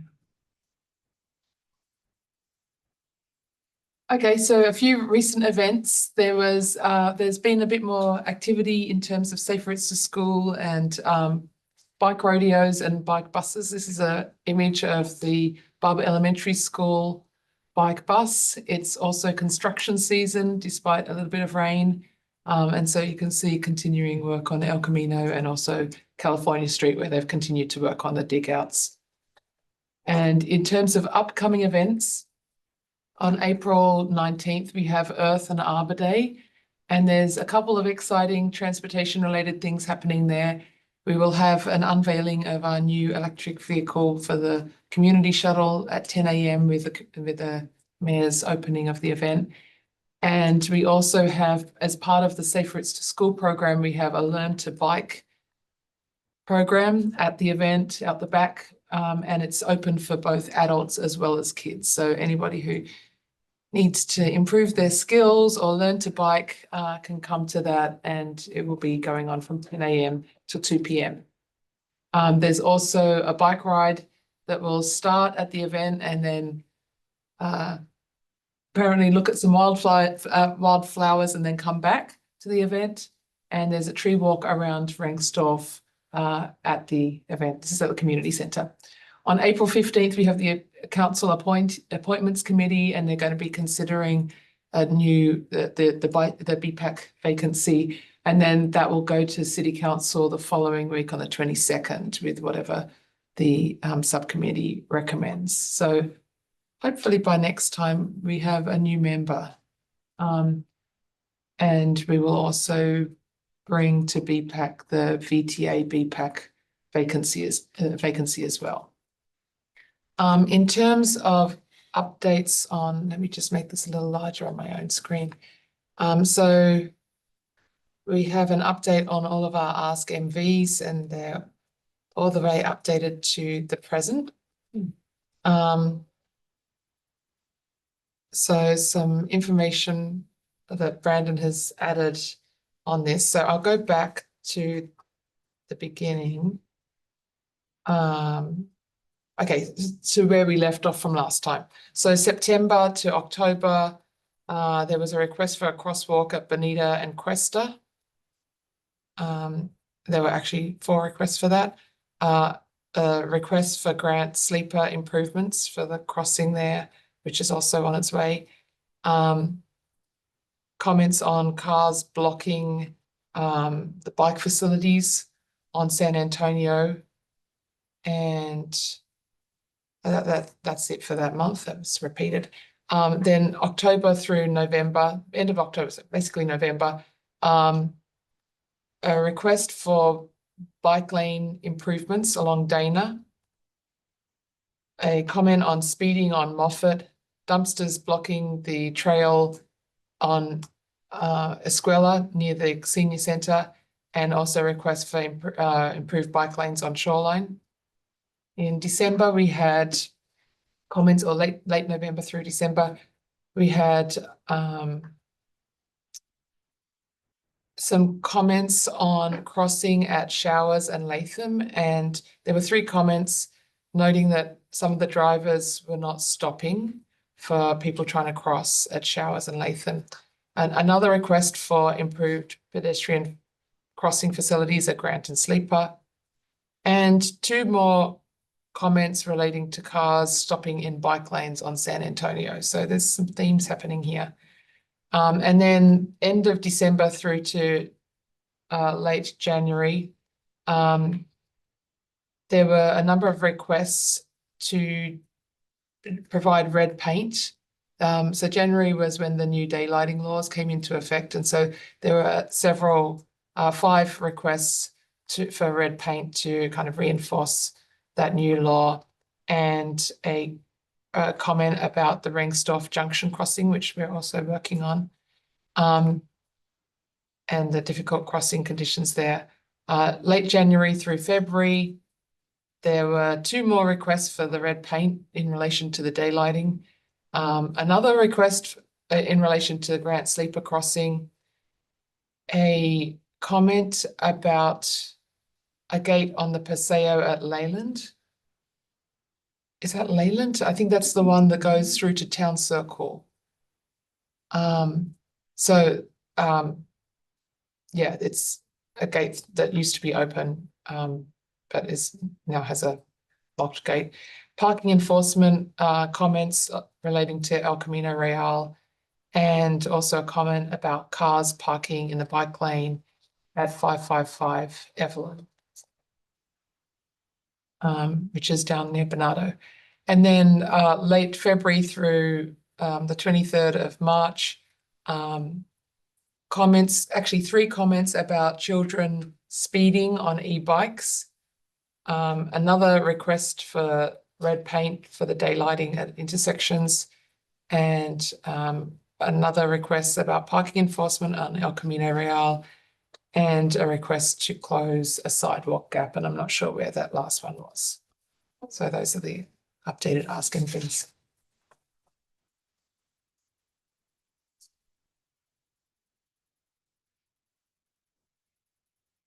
Is that all for this after Yeah. Yep. Okay. This concludes my report. Thank you. Clarifying questions? I was somewhat curious if there's any, if we know if there's any reason why it looks like there is a dip in the number of sidewalk blockages being reported. I don't know if that was a dip or if October was just unusually high.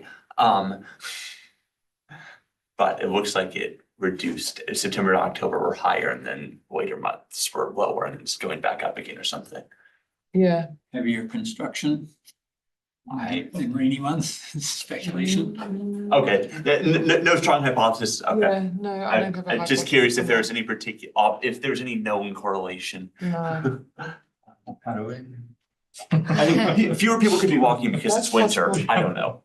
I did have 2 questions on the Learn to Ride. Yep. And the Wildflower. What department or contractors are conducting those? So the Learn to Ride is our Safe Routes to School consultant, Safe Moves, or the sub-consultant.